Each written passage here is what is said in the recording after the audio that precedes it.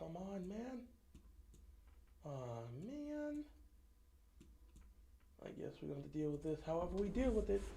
Oy. Okay, here we go.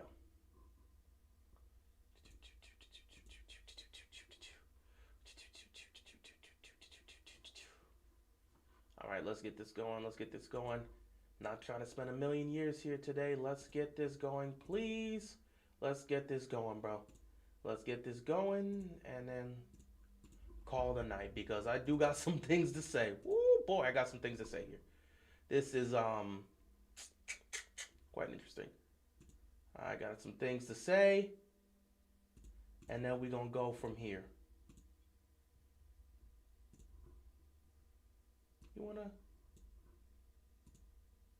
Oh, okay. That's just what we're doing today, huh? That's wild. All right, all right, all right, all right, all right, all right, all right, all right. All right, everybody, all right, everybody, all right, everybody. All right, everybody, all right, everybody.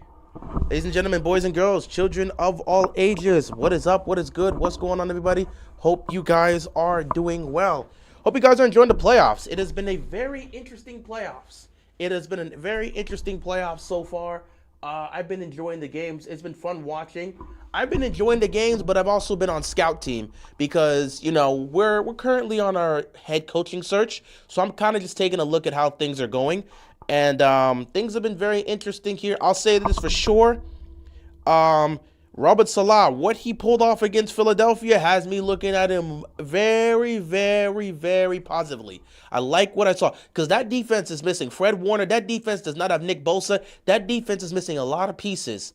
And yet they've played well enough to be able to get to this postseason. And then that defense stands tall against the Philadelphia Eagles with the season on the line. Robert Salah has those guys playing at such a high level, bro. Oh, my goodness.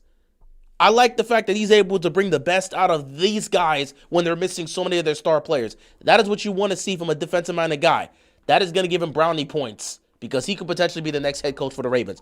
And then Jesse Minter tonight against the Patriots. I think he did a good job. I liked what I saw from the defense. And again, they did force multiple turnovers on Drake May, who's been an all-pro quarterback this year and has been a guy that's been, you know, protecting the football and hasn't really made a lot of mistakes. I think the defense did well enough to help them win. I think I like what I saw from Minter's defense. You know how it is. And, yeah, next week is going to be real fun, though. Next week's going to be fun. We got Seahawks. We got Niners. It's going to be Clint Kubiak versus Robert Salah. Head-to-head, Kubiak's offense versus Salah's defense. I'm going to be on scout team there because we're trying to figure out who our next head coach is going to be. So I'm very interested in seeing how that's going to go. But besides that, I'm not here to talk about these playoff games. I actually will probably talk about them once all these wildcard games have happened. I'm not here to talk about the playoff games. I know all the results. I've watched the games. Again, I saw the Rams. The Rams made me sweat. The Rams made me sweat, but man, that's my Super Bowl pick. I picked the Rams to go to the Super Bowl. They made me sweat, but they got it done against the Panthers. That's cool. I'm glad they got it done against the Panthers. That was cool. So, I'm glad they got it done against the Panthers. I needed them to get it done against them, so that's cool. Rams are still my Super Bowl pick, so I'm happy that they were able to get it done. So that's good. The Bears pulling off the upset against the Packers. I was a bit surprised how that game went because how that game goes. I was surprised how that game went, specifically because I picked the Bears and I thought Chicago was going to win handily, specifically because the Packers have been a corpse. They limped into the playoffs. The Packers were like, the last 4 or 5 games, they went winless. They went into the playoffs like 0-4. Yeah, I think they lost the last 4 regular season games and limped into the playoffs. I did not think Green Bay was going to win. And yet Green Bay all of a sudden was up 21-3, and I'm like, this is not the Chicago team I expected to see. I thought they would have the energy at home. Then they pulled the reverse card in the second half and won. I picked Chicago going into that game. I didn't think it would be that type of game, but hey, Chicago got it done. Then today, I fully thought the Bills were going to handle the Jaguars. I've been very clear. I have not been comfortable with the Jacksonville Jaguars. I said they were a huge wild card. A lot of people were trying to convince me of this team. I said, bro, These guys don't have a lot of merits in terms of the teams they beat. I don't think I'm very high on the Jaguars. There was maybe 3 or 4 teams that I looked in the AFC that I said can go to the Super Bowl. I said Buffalo, New England, and Denver were the 3 teams I think that can make the Super Bowl, and Houston was a potential 4th. But everybody else in the AFC, I didn't buy into it.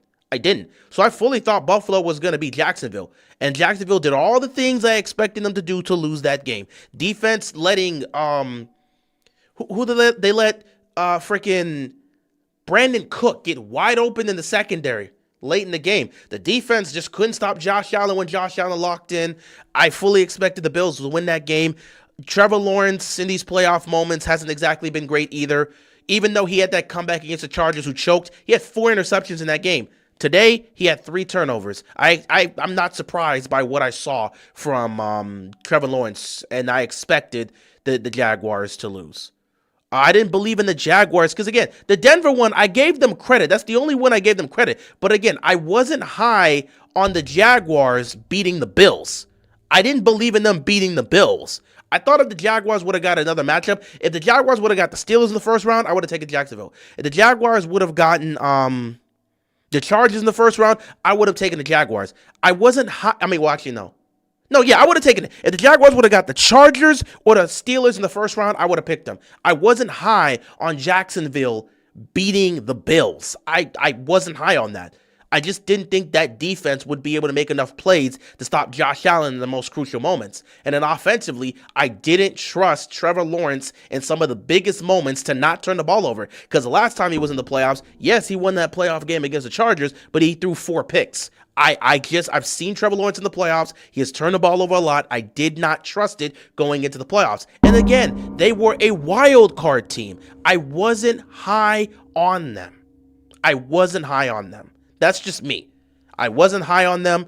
Even though they were passing all the tests with them winning the division and playing as well they were, I just felt like if they matched up with a Buffalo team that has Josh Allen on a mission, there was something about Jacksonville that was on my radar because their defense was playing well and Trevor Lawrence was playing some of the best football of his career. But I still did not believe they would beat Buffalo. I just didn't.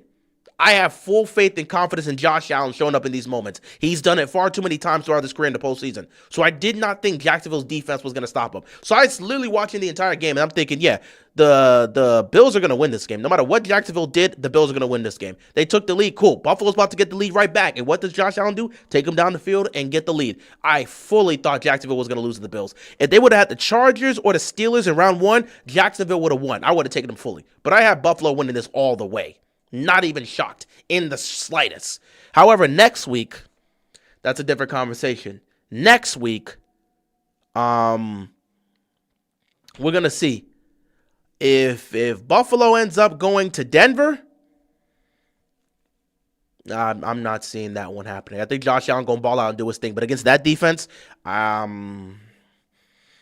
again, then I'm a bit concerned. I'm heavily concerned about Bo Nix because the last time Bo Nix was in the playoffs, guess who he took on? Buffalo, in Buffalo. And the last time he was there, he and that team did not look good. But I'm going to put my faith in Sean Payton and being able to make the adjustments if he has to see the Bills again. Because when they were in the playoffs, early on it looked like Denver could make some noise, but there was just a lot of key mistakes in certain moments that ultimately cost them here. And for some reason, that defense of Denver did not play well against the Bills in that first round.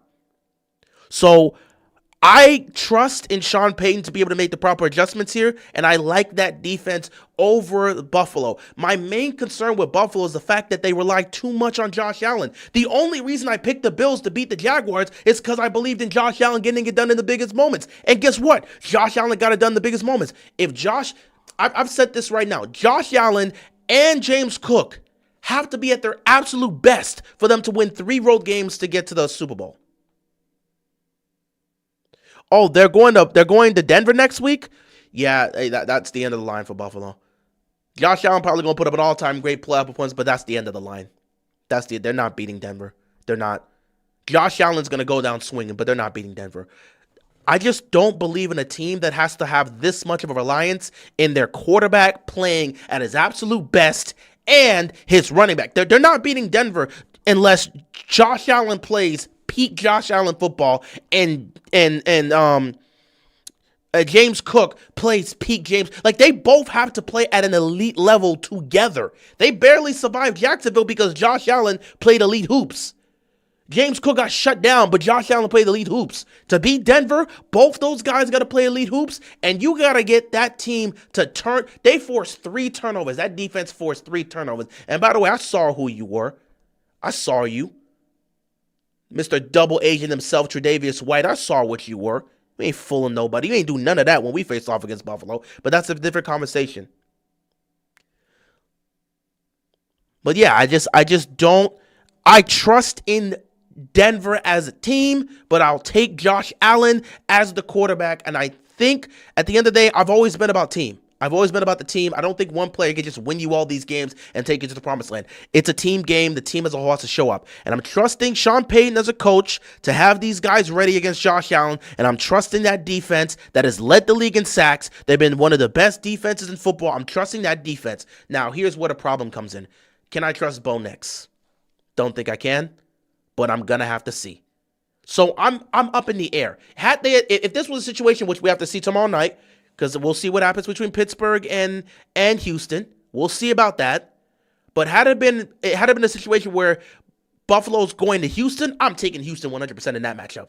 But since they're going to Denver, I am a bit concerned. The Broncos are my Super Bowl pick. Just like I picked the Rams to come out of the NFC, I picked the Broncos to come out of the AFC. So I am going to be concerned with Josh Allen coming to Denver. But I still trust that defense.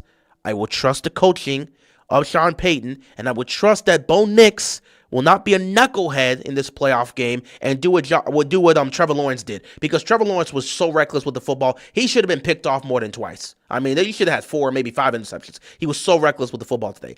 I have to put a little bit of faith that Bo Nix is not going to do what Trevor Lawrence did. If Bo Nix just plays like a game manager and protects the football, they're going to win this game. I need Bo Nix to protect the football, make smart decisions, and be more of a game manager, and then put all that faith and trust in the defense to deliver, and I think Denver can get this. Denver is my Super Bowl pick, and I did say the AFC Championship game was going to be between Denver and New England. I still think that can happen, but Denver's going to have to show me something, because right now the AFC, I don't see how you can look at any of these teams and think Josh Allen and the Bills are not about to just take over. So Denver going to have to show me something next week. But if Buffalo beats Denver, they're going to the Super Bowl. There's no New England tonight did not impress me at all. I have the Broncos beating the Patriots in the AFC title game. The Patriots did not impress me at all. So Denver doesn't stand tall next week, and they get beat by Josh Allen, the Buffalo Bills, the Bills are going to the Super Bowl. I don't care what you got to tell me. Bills are going to the Super Bowl if they beat the Broncos. That's my Super Bowl pick. I think that's the best team in the AFC, and I think that team's going to beat New England in the AFC title game. If Buffalo walks into Denver and beats the Broncos, you can put them in the Super Bowl right now, because the AFC Championship game, it won't matter. There's nothing the Patriots could do. There's nothing, maybe Houston, but I don't know if Houston will get that far. Anyway, yeah. If we get to that point, we'll see how things go. Anyway, I picked Buffalo to win. The game that did surprise me was Philadelphia and San Francisco. Did not expect San Francisco to win that game. Fully thought I gave them a good shot because I didn't trust in Philadelphia's offense all year, but I at least thought Philly would win the first round matchup and get beat in the second round. I didn't expect this, so yeah. I'll probably go more into depth when I talk about these teams after the wild card ends. And last but not least, let's get into the conversation I'm here for, because I didn't come here to talk about all these teams. Let's actually talk about the Patriots and the Chargers tonight. More so, let's talk about what we saw from the Chargers offense. But before I do that, I should take a look at some of these comments, because I know you guys are just flooding in. You are flooding in with the comments. So I'm going to take a look at some of these comments here, read them, and then we'll get into my topic of discussion here, which is Greg Roman's offense in the playoffs with Justin Herbert, because we got some conversations that need to be made. So I'll get into that, but let me read some of these comments. What's going on, John? Appreciate you stopping by. This is why we got rid of him. Herbert will never be successful with him at the helm. We'll get into that. Now, why are we doing Greg Roman like this? We ain't doing Greg Roman like nothing. This is who he is. Good Lord, that Chargers game was so boring. Definitely the worst game of wildcard weekend so far. Poor Herbert, man. No wonder we got rid of Roman. I mean, it's not a surprise as to why we got rid of Roman. Our offense averaged 13 points with Greg Roman. And with Todd Monken, we've averaged 24. So there's a clear difference. What's up, man? How you doing? What's going on, Ravens Pro? Eagles got sent packing. Absolutely, they did. Didn't even watch the game. I saw the first two, though. Yeah, this game was ugly. Jesse Minter's defense looks solid. Yeah, did look good, like what I saw there. 49ers definitely pulled off the upset. That did happen. Bears-Packers was crazy. Hopefully, Jim wakes up and fires Roman. It took John 3 extra years to hold on to Roman before he finally woke up and fired him. So I don't know if Jim's going to do that. But we'll see. We'll see.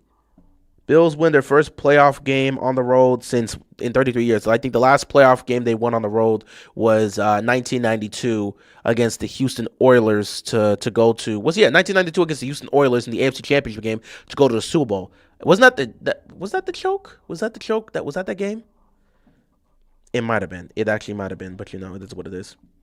Who else hate watching the Bills next week? I mean, you're free to do so. I don't really care who wins. I have my picks, but whoever wins, wins. If the Bills get to the Super Bowl, cool. I'm going to keep it a bean. The NFC's got it this year. It's going to be back-to-back years the NFC is going to win the Super Bowl. Nobody in the AFC has impressed me. That Bills team hasn't impressed me. None of these other teams impressed me. Who else advanced? Oh, New England New England and Buffalo, they did not impress me at all. If Trevor Lawrence wasn't too busy throwing easy picks, like dude was putting the ball in danger damn near every throw. If he wasn't out there throwing freaking meatballs, the Jacksonville Jaguars probably would have won. If Liam Cohen would have just taken the points, it's a different conversation. If they would have just focused on leaning in on the run, which, by the way, was effective against Buffalo. Buffalo was not, they couldn't stop the run, and they just kept trying to air it out. I don't know the play calling here or the game plan in this aspect. It didn't work to aspect right there. I just don't know. I just don't know. That's what it was. Okay, yeah. Yeah, 1992. Okay, thank you. I appreciate the clarification because I remember the choke. It was okay. So it was 90. Yeah, 92 was the game, the AFC Championship game against the Dolphins that they got. The choke was in 1993 against the Houston Oilers. Okay, I appreciate that. Bills and Patriots offense looking suspicious after these wins. Yeah, again, I don't see anything from the AFC that makes me think they're going to beat these NFC teams. I'm just keeping it the bean. The Rams, the only thing I have a concern with is the Rams defense. But again, we're gonna find out in the NFC title game when it's gonna be Seattle and it's gonna be LA. You can feel however you want to feel. Chicago is not beating the Rams. It's gonna be in Chicago, but I'll trust Matthew Stafford in these moments. Matthew Stafford in the snow nearly beat Philadelphia, who went on to win the championship. And again, if that freaking center would have blocked Jalen Carter, we're not talking about the Eagles winning a championship last year, but that's a different conversation for a different day. It is what it is. Yeah, I trust the Rams and I trust Matthew Stafford, and I trust those guys to be able to get it done. So they're going to beat Chicago. Seattle's going to take care of San Francisco, and we're going to get Seattle and LA in the NFC title game. And hey, man, if Mike McDonald gets the Super Bowl and they can go win a ring, I'm all for it. But my Rams pick is my Rams pick. I've been saying this since day one. I did say this, though. I said the Rams were my Super Bowl pick, but the one team in the postseason that can beat the Rams is the Seattle Seahawks. I did say that. I did say the Seahawks are the only team in the NFC playoffs that I fully believe can beat the Rams. So if we get an NFC title game with those two, I would not be surprised if Seattle wins. But yeah, the NFC has just been more impressive. I am begging Houston to show me something. Because right now, I don't see anything in this AFC that makes me think, oh, Buffalo's not about to just run through this to the Super Bowl. Buffalo is not impressive as a team. Josh Allen is, but Buffalo is not impressive as a team. So there should be no reason. Denver should handle this team. They're not going to blow them out, but Denver has no excuse to lose to this team. And if Houston finds a way to match up with these guys, Houston's supposed to beat them too. Now, we'll see tomorrow. Houston better not blow it in the wild card round against Aaron Rodgers and that Pittsburgh Steelers team. That Steelers team is not great. You got the most frightening defense in the playoffs, in my opinion, other than Seattle and maybe Denver in some cases. But there should be no reason Houston loses tomorrow. We'll see what happens, though. But, yeah, nothing has impressed me from the AFC. The NFC's got this on lockdown right now. Somebody in the AFC going to have to show me something. Either tomorrow with Houston or next week with Denver. I got to see something, man, because this AFC is not looking strong this year, and I'm not looking at them and thinking, oh, they about to just win. No, it's going to come out of the NFC this year. It's going to come out of the NFC. So glad we are far away from Harbaugh. Yeah, it's great to see that. Need the Texans to put belt on the Steelers tomorrow. Man, they better handle that Steelers team. I ain't even playing. We made the right move clearly. Of course we did. Panthers have a bright future, man. They played one hell of a game, bro. They played one hell of a game. What's going on, Nicholas? I'm doing well. Hopefully you're doing well as well. Anybody who hires Harbaugh, I apologize in advance. Well, I mean, the Giants won him, so we'll see what happens. We'll see what happens, man. We will see what happens. This game made me disappointed in the Chargers as a whole. I felt like once the Chargers swept the Chiefs out of the playoffs, this was pretty much just hanging around for the rest of the team. I mean, again, I'm not surprised. It's a Greg Roman offense in the playoffs. It's a Greg Roman offense in the playoffs. So we're about to get started with the conversation about that. It's a Greg Roman offense in the playoffs. We've seen this story before. The Texans have yet to win a playoff game on the road. You think that ends tomorrow night? I don't know. I don't know, but I got Houston winning that game. They better win. They're the better team.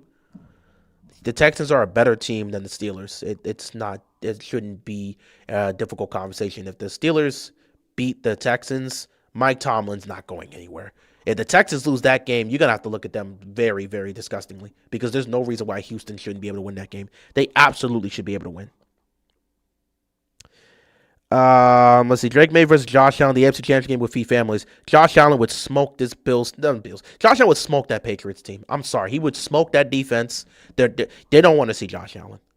They don't want to see Josh Allen. There's only two teams that I actively believe. Again, it's a divisional game, so anything would happen, but there's no way Drake May and the Patriots are going to be the reason why Josh Allen misses the Super Bowl. No. No Mahomes, no Lamar, no Burrow. There's no reason for me to believe that Josh Allen's about to let Drake May and the New England Patriots stop him. No. If it gets to that point. Like I'm saying, especially if he beats Denver. If he beats Denver, there's no reason why any of these other teams should be able to beat him. I'm just keeping it real. Like, I'm being honest, man. If they get past Denver, they're going to the Super Bowl. It don't even matter. Josh Allen's a better quarterback than Bo Nix. You remember Flacco winning a Mile High? Well, Flacco wasn't a better quarterback than Peyton Manning. So, I don't know if this is... Yeah, Josh Allen's a better quarterback than Bo Nix. If we're going to use that aspect... That's cool. Flacco won. You use that aspect saying Josh Allen's a better quarterback than Bo Nix. That is true. But then you talk about Flacco winning in Mile High. Joe Flacco wasn't a better quarterback than Peyton Manning. And we had played the Broncos in the regular season and got blown out by 17. So I don't know if this is a one-to-one comparison. If I was to use that logic, then technically shouldn't Bo Nix be the one to win the game? Like if we're going to use that, because Bo Nix is not a better quarterback than Josh Allen. So wouldn't that mean Bo Nix and the Broncos should win that game? Because Flacco was not a better quarterback than Peyton Manning heading into that game. And even though the Ravens won, he still wasn't a better quarterback than Peyton Manning. Also, in that game to win Mile High, it took a pick six. We had 2 turnovers in that game. Both was Corey Graham. Corey Graham had a pick 6, and then he picked off Peyton Manning in overtime. There's a lot that went into that game. I might have to cover that one of these days. Yeah, prayers up for George Kittle, man. I think that might be torn Achilles. Someone said his Achilles popped. I didn't see the injury, but someone said his Achilles popped. So we'll see what. I hope it's nothing severe, but it's how these things go, man. Who do you think's win next Saturday, round 3 of Niners versus Seahawks in Seattle? Seattle. I don't see the Seahawks losing at home. That defense will be ready. And again, the Niners are without George Kittle. He's probably done. So there's going to be no George Kittle in Seattle against that defense. And I'm supposed to believe Brock Purdy, who threw 2 picks today and got saved by his defense, is going to walk into Seattle and beat that defense. No. No, Seattle.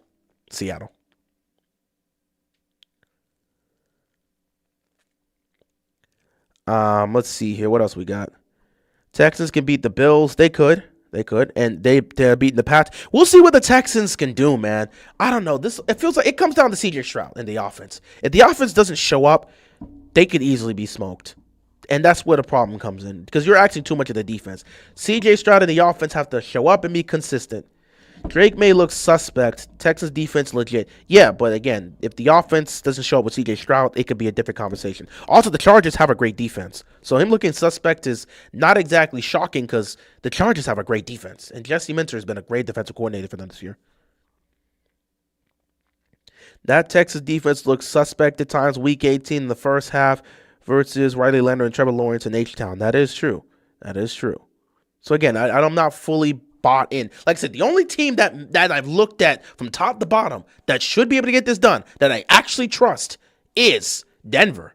I just have a little bit of a question mark about Bo Nix as a quarterback. But everything else in that team, I fully trust. What's going on, Loyal? Appreciate you, man. Good luck to your Texans tomorrow. How about them Chargers? We about to talk about them, man. We about to talk about them. To be honest, it feels weird. Ravens looking for a new head coach. Never thought it would happen. Dude, there's so many people in this fan base that actually don't remember life before Harbaugh. Like, some of y'all don't remember Brian Billick being the... Some of y'all have not even experienced Brian Billick as the head coach. Harbaugh was here for 18 years. Most of y'all have not been a fan of this team for 18 years. Every year you see it's Harbaugh, it's Harbaugh, it's Harbaugh. So you're not used to this coaching search. For those of us that have been here before Harbaugh, that vividly remembers Brian Billick being here, yeah, it's definitely been a long time. I was a child when Harbaugh was hired. I remember like the early days of me watching football was the early days of Brian Billick being the head coach. So I know life before Harbaugh. So this is definitely new territory for a lot of people. But yeah, with Billick, yeah, a lot of us know life with Billick. A lot of us longtime fans know life with Billick. But a good chunk of the fan base, again, came within the 18 years of Harbaugh being there. So they don't know how the search was prior to. Funny enough, I mean, Harbaugh wasn't even the first choice for Steve. Harbaugh was not his first choice, but that's the choice they ended up going with.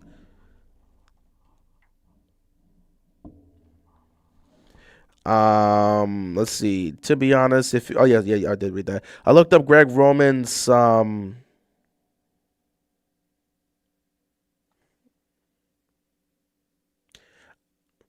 Roman, what? Oh, Greg Roman. What is this D? I don't know what are you trying to look for?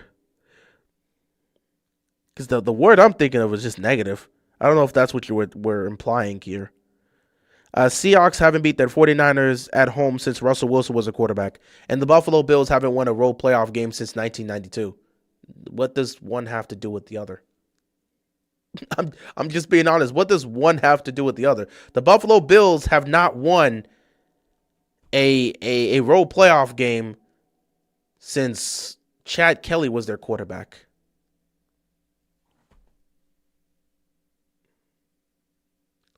I don't like one doesn't have to do with the other. I'm just putting it up there, man.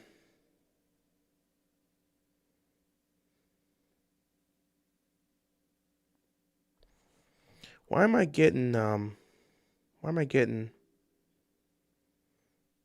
who's texting me right now?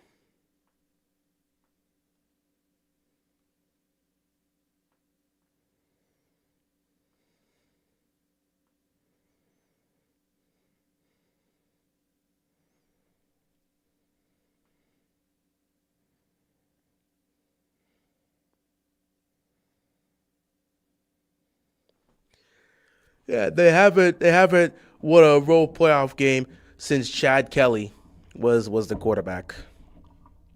Haven't won one since Chad Kelly. That's how long it's been. That's how long it's been since Chad Kelly. Aye. Haven't won one since Chad Kelly. It's been a long time. No, I mean they used to be able to win. Like, quick question. For like Bills fans, between Jim Kelly and Josh Allen, who would be the better quarterback? Because like Jim Kelly carried them to like 4 Super Bowls. He carried them to 4 Super Bowls and never won one. And then Josh Allen hasn't been to one either. So how does that go? You know, Jim Kelly in the 90s was able to get it done. And of course, he had a Hall of Famer next to him. But Jim Kelly was able to get it done consistently. Yeah, Josh Allen, I mean, he's been great. The Jim Kelly era, again, he was, again, that's a Hall of Famer as well. So it's just like, you know, Jim Kelly got to 4 Super Bowls, never won one. Got four straight Super Bowls from 90 to 93. Got to 4 straight Super Bowls, never won one.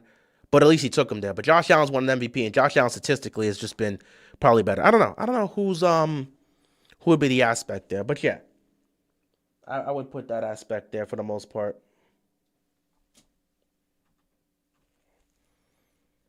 But yeah, I mean, Jim Kelly was delivering in these playoff games. Jim Kelly delivered in the playoffs, and Josh Allen delivered in the playoffs. Is what it is. Anyway, yeah, the what's it called? The Bills haven't won a road playoff game since Chad Kelly's been there. Where's my when? Chad Kelly's the last quarterback to win a road playoff game for them. Um, let's see here. But yeah, I know you're saying the Seahawks haven't beaten the 49ers at home since Russell Wilson was their quarterback. Well, guess what? The Seahawks and the Niners don't have the same quarterbacks when they faced off. And again, this is a team game. And they're missing a key. They're missing George. There's too many injuries I've seen from the Niners. Too many injuries. If we're going to always look at the past, then nothing we've seen presently should even happen. I mean, if we're going to go off the past, the Niners shouldn't have even beaten the Eagles. Not in this situation. If we're going to go off the... Matter of fact, forget about me making that whole Chad Kelly, Jim Kelly joke. Because if anyone picked up on that, I was joking. I don't sit back and say, everyone says Chad Kelly, and then immediately name Jim Kelly 2 minutes afterwards.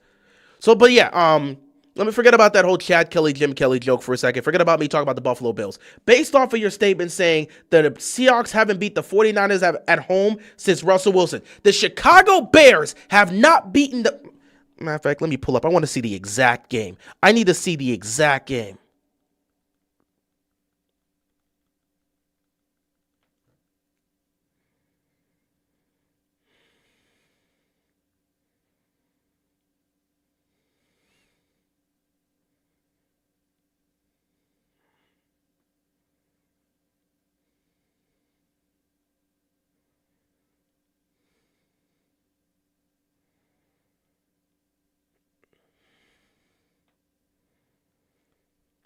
Because we want to bring up this aspect here.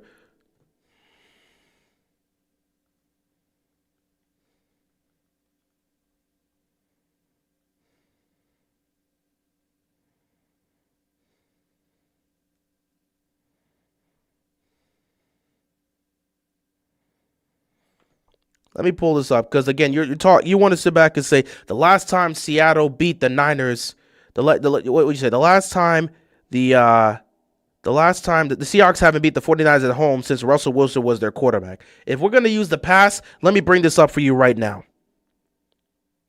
The last time the Chicago Bears won in the playoffs against Green Bay, prior to yesterday, prior to that Saturday night game in Chicago, the last time the Chicago Bears beat the Green Bay Packers in the playoff game was December 14, 1941. That was 7 days after Pearl Harbor. So if we're going to do this whole, well, the Seahawks haven't beat the Niners at home since Russell Wilson was a quarterback, and the Chicago Bears haven't beaten the Green Bay Packers in the playoff game since Pearl Harbor. So I'm just saying we can't just because of the past and how that went, just because the past itself, that's the last time they did it. That must mean they're not going to get it this time. They've lost a few of those. Okay. The past is the past. Doesn't mean it's going to have an effect on the present. The Bears hadn't won against the Packers in the postseason since Pearl Harbor happened. And they just won on Saturday. The games are going to be played. I trust Seattle more. I don't care if they haven't beaten them since Russell Wilson's been there. I trust Seattle's defense more, and I think they're better equipped. And the Niners have dealt with a plethora of injuries. And now you've lost George Kittle.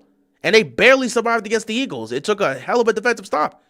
I trust Seattle more than I trust the Niners. And it's not because the Niners aren't a great team. It's because they've lost so many guys that at some point, the well is going to break. If they were healthy, take the Niners all the way. They're not healthy. They're not healthy, man. They're not healthy.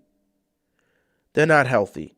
Anyway, I gotta go through the rest of these comments because I do want to say my piece before I call it because it's 12:06.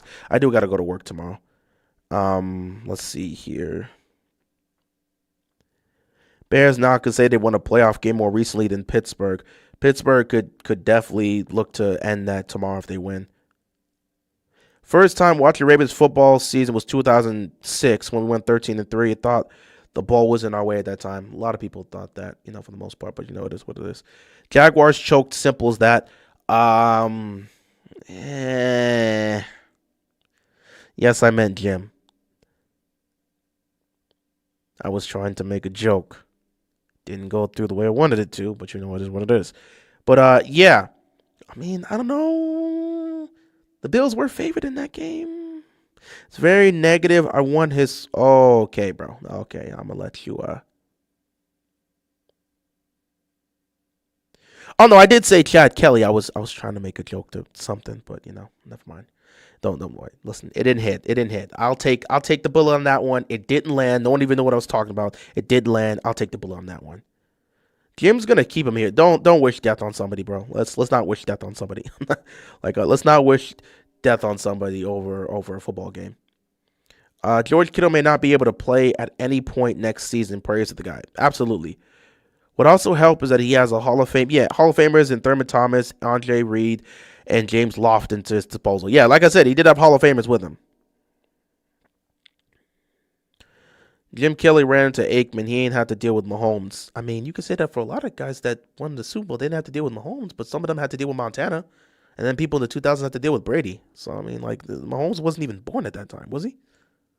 Well, no. No, he wasn't.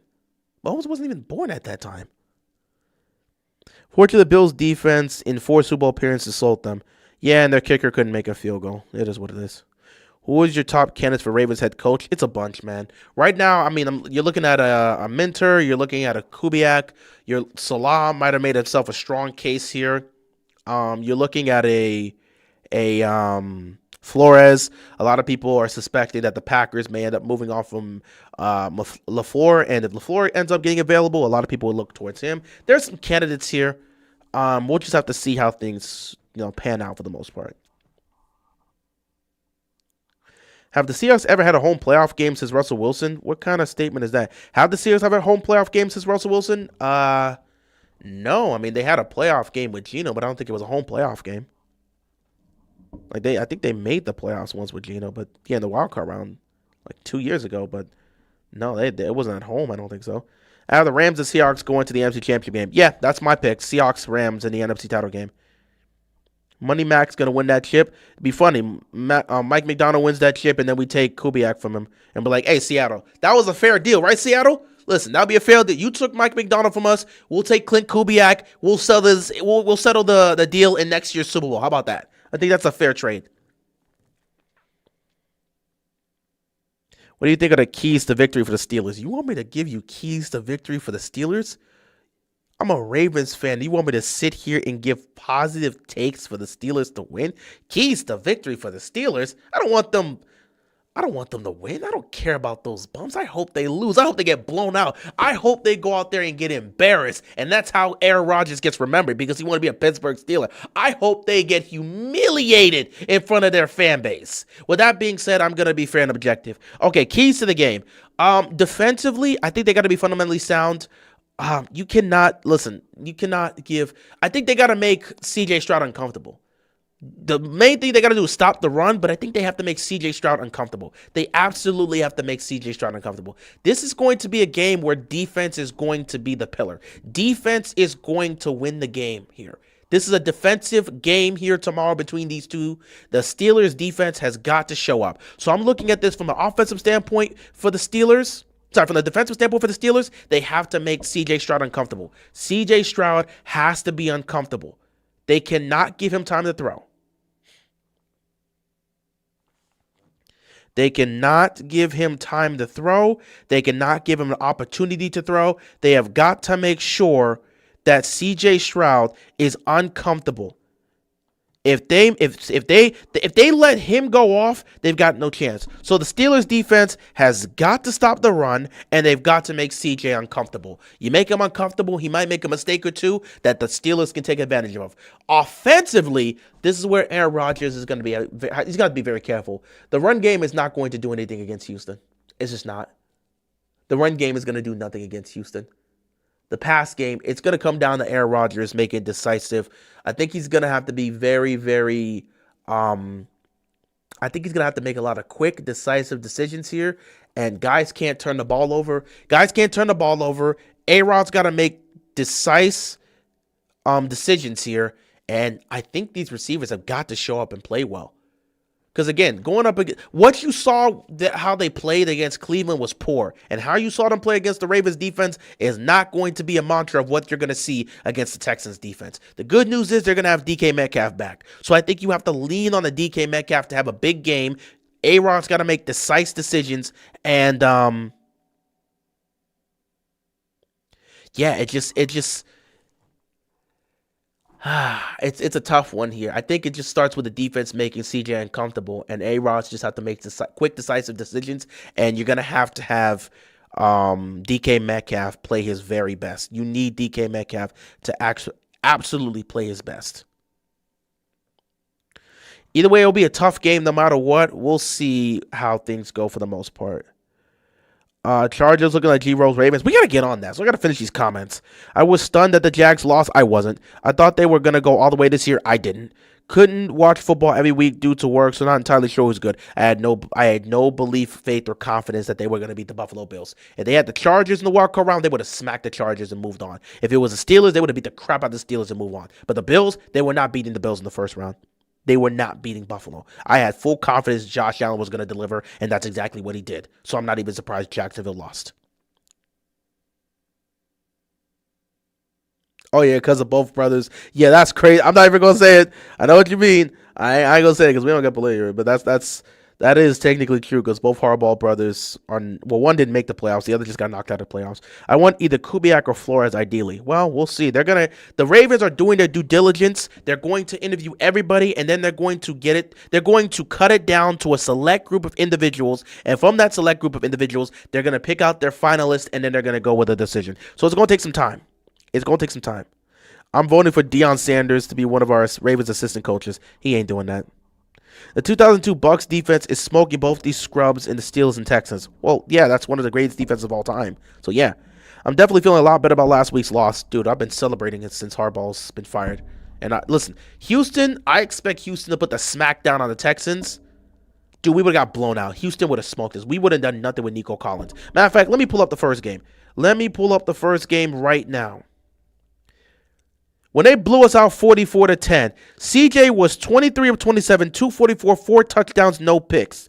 Nick Chubb ran for 61 yards. CJ Stroud had a 30-yard run. And then when you look at this aspect, take a look at this, man. Oh, my goodness, bro. Let's see. Nico Collins had a touchdown. Hutchinson had 2 touchdowns, and Noel scored 1. And Christian Kirk also did some damage. Dalton Schultz did some damage. Nico Collins did some damage. We would have got smoked. They would have given us the belt. We would have got belted in the first round. And we would still have Harbaugh here. So thank God we lost that game to the Steelers. I like your stream and vibe, bro, but if you had to choose between Lamar having a garbage OC for the rest of his career and that OC unfortunately passed, okay, what would I choose? I'm not, listen, bro, that's a dangerous thing. I would just choose for Lamar to have a garbage OC for the rest of his career. I'm not going to choose for a man to lose his life over a football game. It's not that serious, bro. It's not. Lamar just got to make it work. I'm not wishing death on anybody. Jesse Minter put on a damn good performance on the defensive side. Sucks that the offense couldn't capitalize, and I think he could be the next head coach for the Ravens. He's certainly a candidate. He's a candidate, and Salah's also a candidate as well. So both those guys are candidates. Salah put up an impressive performance with his defense, beating the Philadelphia Eagles, and Minter put up a great defensive performance here. I'm waiting because a lot of people want the Ravens to go with an offensive-minded head coach. Clint Kubiak is the number one option here. I need to see what Seattle's offense does next week against Salah's defense. They said they want somebody who can unlock the full potential of Lamar, so who would that be? A lot of people would look towards Clint Kubiak if you're going to go head coach. If you're going to go offensive-minded head coach, Clint Kubiak could be that guy. If you're going to go defensive-minded head coach, then you've got to scramble and get Mike McDaniel because he's available now. Mike McDaniel would unlock this offense with Lamar and Henry and Zay. He would be able to use these guys. So if you're going to go defensive-minded head coach, you have to get Mike McDaniel. If you're going to go offensive-minded head coach, you won't need a Mike McDaniel, but you'll still need a new offensive coordinator. So we'll see how things go with that. I'm overreacting. Hopefully that man gets fired and lives a comfortable life with his millions of dollars. I mean, Ravens fans were actively praying he would get fired too, so you know it is what it is. I don't blame you guys for wanting G-Road gone. We tried to warn you guys. Time to move on from Justin Herbert. It's tough to say that when you got Greg Roman as your offensive coordinator. I know you said you're taking a break from football, but these playoffs have been fun. I also can't wait for the college football championship. I mean, I've been watching the games. I'm not gonna lie, I've not been tuned into all the games. Listen, all right, let me see. First playoff game that happened. I watched the Rams and the Panthers game. I watched that because that's my Super Bowl pick. I also watched Chicago and Green Bay. I didn't really watch the first half because they were down 21-3. I didn't watch it too much. Like, it was on the TV, but I was doing something. So I wasn't paying attention. When I saw 21-3, I was like, what the heck happened to Chicago? I picked you guys to win the game. But then all of a sudden, they started making a comeback in the fourth quarter, and I locked in. In terms of today's game, Jacksonville and Buffalo, I didn't really watch much of it because I fully expected Buffalo to win. Although I did watch the fourth quarter, and then Buffalo did what they needed to do. San Francisco and Philadelphia, I thought the Eagles were going to win. I didn't even watch the game. I did not watch the game. So I'm for much of the game, all I know is 1 minute I'm watching it's just a disgusting back and forth defensive affair here, and I'm still thinking the Eagles are going to find a way to win the game, and then they just didn't. So I don't know. People were calling out A.J. Brown for dropping passes or something like that. Apparently A.J. Brown and Nick Sirianni had a moment on the sideline. I didn't really watch the game, so I don't know what happened about that. But yeah, Eagles fans are pissed. A.J. Brown's probably gone. And they want that offensive coordinator on a stake right now. Philadelphia is losing their minds right now. But I didn't really watch that game. And then with this game between the Chargers and the Patriots, I wasn't really locked in. I'm not going to lie. I wasn't really locked into this game. But I saw enough of this game to understand Greg Roman's offense and what Minter was doing defensively that impressed me. So I wasn't truly locked into this stuff. But it is what it is. But yeah, saying it's time to move on from Justin Herbert, I don't quite agree with that statement. And we're going to talk about that in a bit. You're a good guy, man. Respect. Appreciate it, dog. Minter is the true head coach of the Chargers. Not be fine letting him take over without an allegiance to an offensive coordinator who doesn't use hot routes, slants, rubs, etc. Only 4 verts with a horrible line. Dude, he's been doing that for years. He did the same thing with Lamar Jackson. We don't get into this. Let me get into this Greg Roman talk. If the Ravens do go offensive-minded, what do you think they do with the defensive coordinator? You got to go get one of these guys. Dude, let me tell you this right now. For anyone that doesn't know, the coaching staff is gone. They haven't been officially fired yet, but they all know they're gone. Todd Monken, the way he spoke, Todd Monken had an interview this week, and the way he spoke, he wished the Ravens and Lamar the best of luck. Todd Monken knows he's gone. They're just on the payroll right now. They haven't been officially fired. Todd Monken knows he's gone. What's his name? Zach Orr had a tweet on IG of him talking about he was excited for his next chapter of whatever that's going to be. Zachary Orr knows he's gone. Todd Monken knows he's gone. When the head coach of a football team is fired, the entire coaching staff knows they're probably not going to return because that new head coach is going to make changes because he's going to bring in his own staff. So our coaching staff is not going to be the same. A good chunk of those guys are getting fired. They know they're gone. So they're already looking at new affairs. So defensive coordinator, they're going to have to go get a new guy because Zachary Orr is not returning. Neither is Todd Monken. Neither is the majority of the staff. They know they're going to be fired. It's over for them. That's just how it is. What else? As for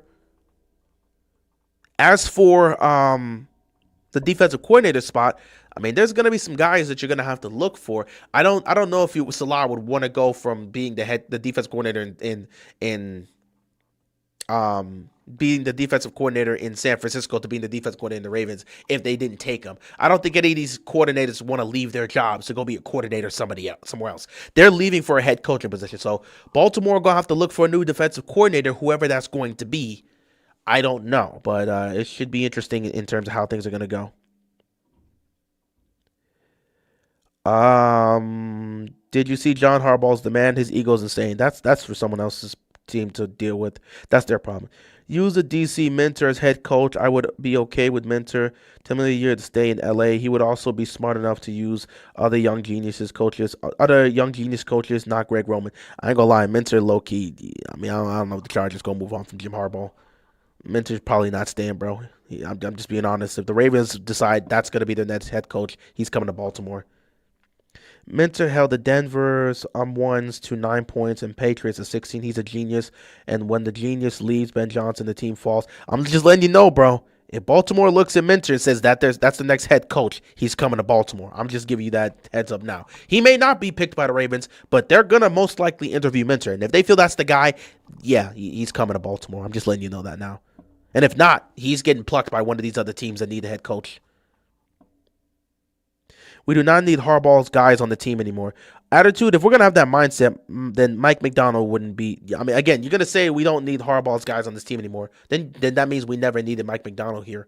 And that he should have never. We should be happy that Mike McDonald wasn't the next head coach of the Ravens, because you do realize he comes straight from the Harbaugh tree.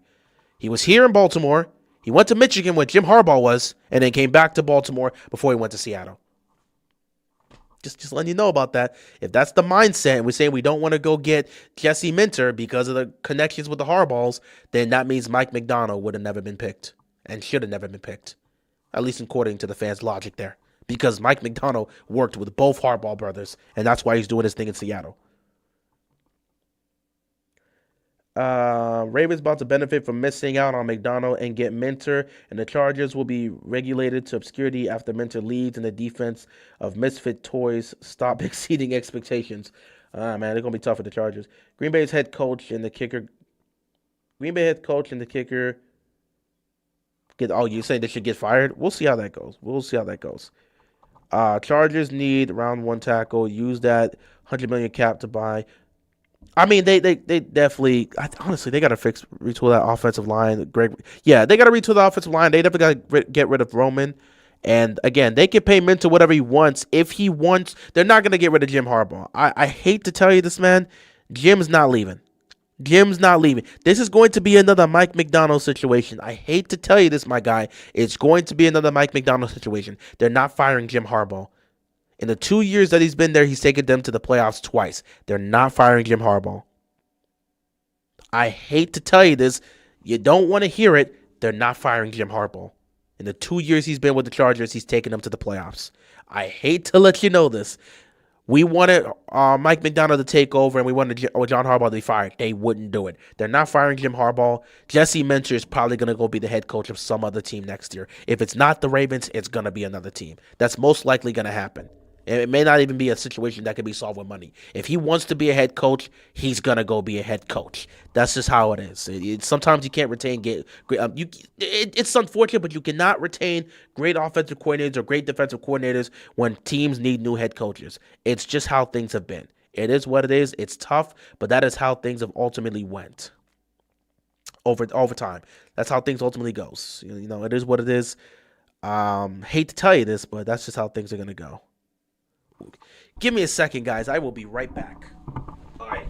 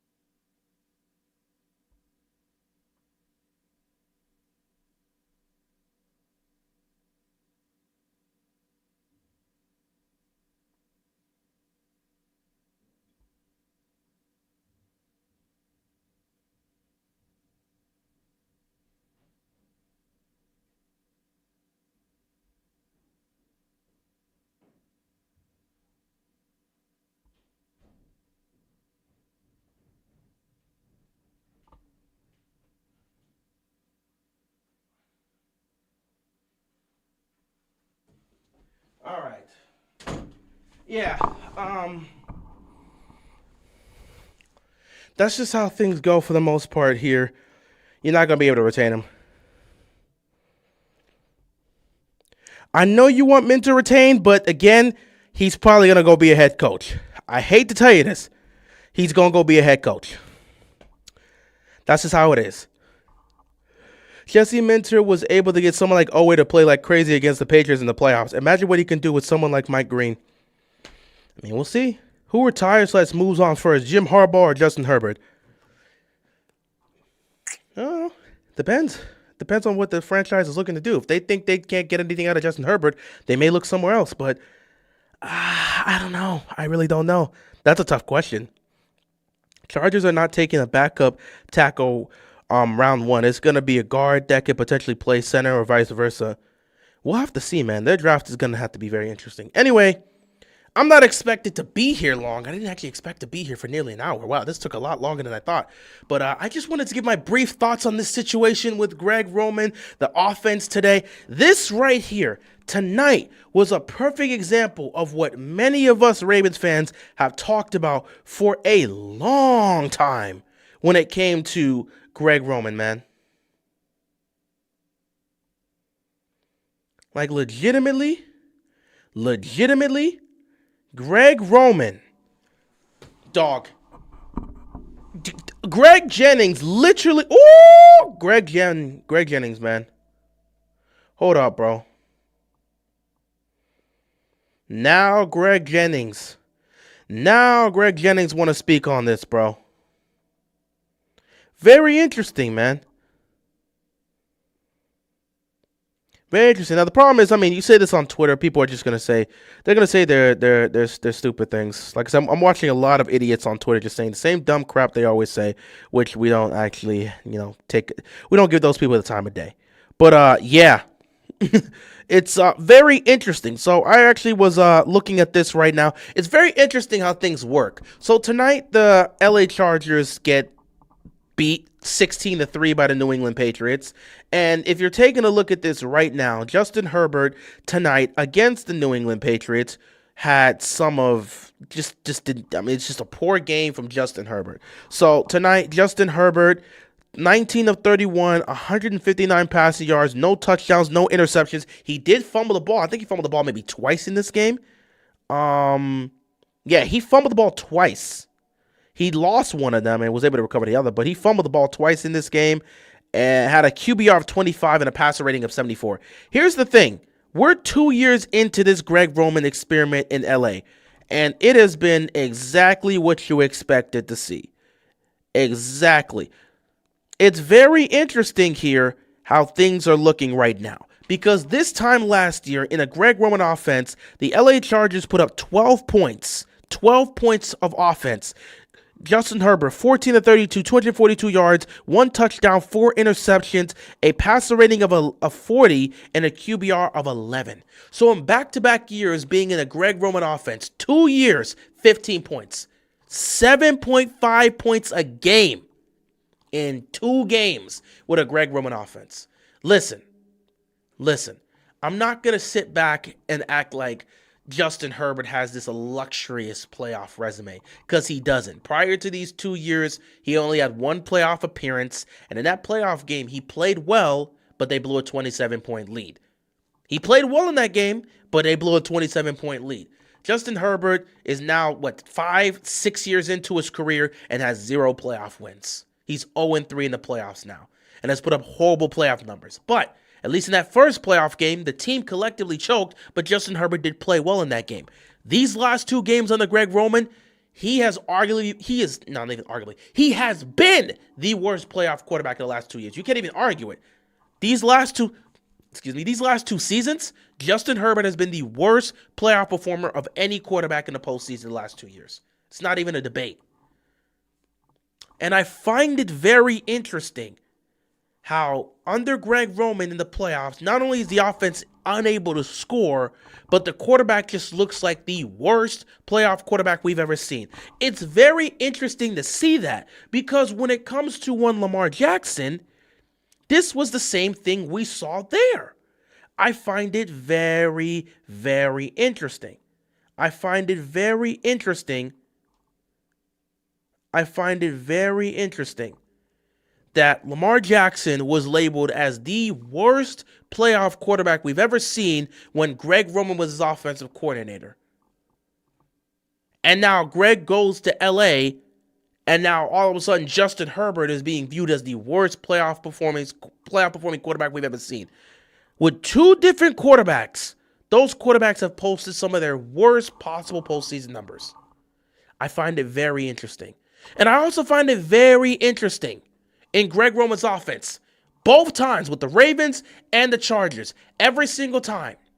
The play calling is mind-boggling. The play calling is completely head-scratching and flat-out confusing. The play calling makes no sense. You'll have receivers just streaking down the sideline on these vertical routes. You'll have receivers running into each other. You'll have receivers failing to create separation. This is Greg Roman's offense. We'll just run 4 verts down the field every single time. Take the shots. Nothing's open. Guys are running 4 verts and nobody can get open. No separation from the receivers. Running play action late in the game when you haven't been able to run effectively all damn day. It's the same story with Greg Roman. He did this with Lamar Jackson. He's doing this now with Justin Herbert. It's the same story. And I'm not trying to excuse the turnovers we saw with Lamar and the turnovers we saw with Justin Herbert. The quarterbacks are going to own those turnovers. But it's not surprising that both quarterbacks struggled in the playoffs with those offensive coordinators. I got Lamar Jackson's numbers right here.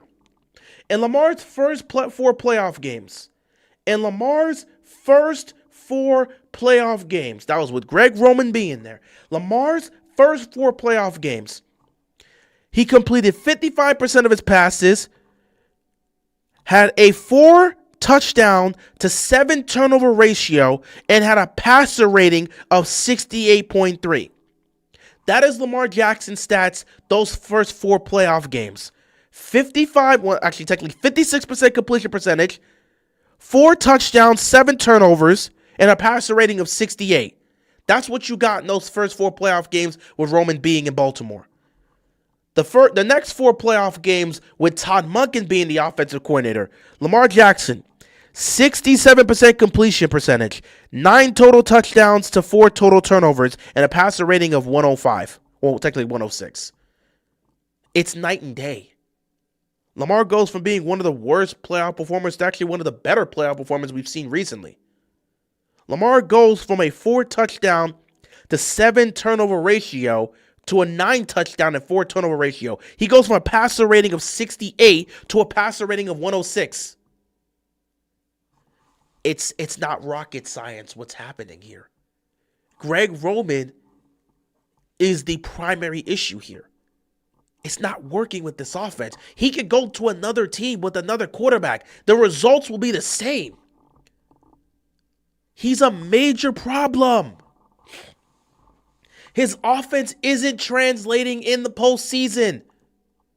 Greg Roman, as the offensive coordinator, Greg Roman's team's performance when he has been there in Baltimore, 17, 12, 23, 17. The Ravens' offensive output with Greg Roman being there is 13 points a game. Without Greg Roman being there, Baltimore scored 31, 10, 28, and 25. They're averaging about 24 points a game since Greg Roman's been there in the playoffs. This is not a surprise. The first time we saw the Chargers in the playoffs, they scored, 30 points against the Jaguars in the game they lost? With Greg Roman in 2 playoff games, 12-3. You could say whatever you want about these quarterbacks, man. But the fact that this is consistently happening with that coordinator, at what point do we wake up and say, it might be more on the coordinator? It might be more on the coordinator. Maybe it's time to recognize this guy is not what we expect it to be. And maybe we do have to hold him more accountable for the fact that the quarterbacks that are playing under his offense are posting some of their worst postseason numbers ever. Dude, Lamar is still getting heat to this day because of that. No matter how much we have expressed,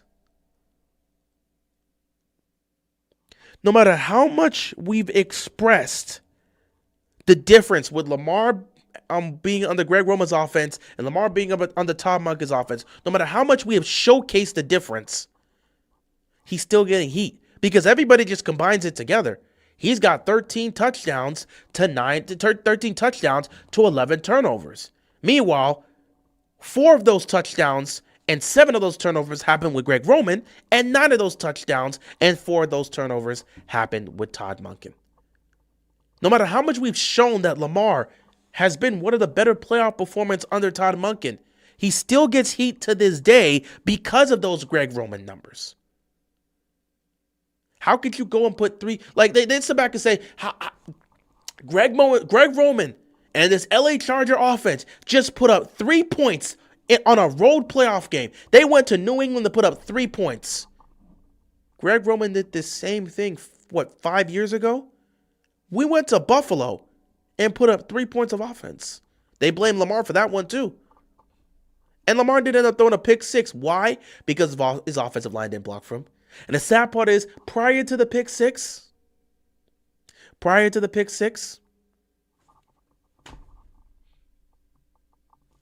offensive line couldn't block. Man was open. Is what it is. Lamar Jackson sucks, bro. Are you crazy? That's great. Lamar Jackson sucks. That's cool, bro. Like, that's cool. I'm tired of I'm not even gonna argue and debate with you guys. You got it, big dog. You got it, big dog.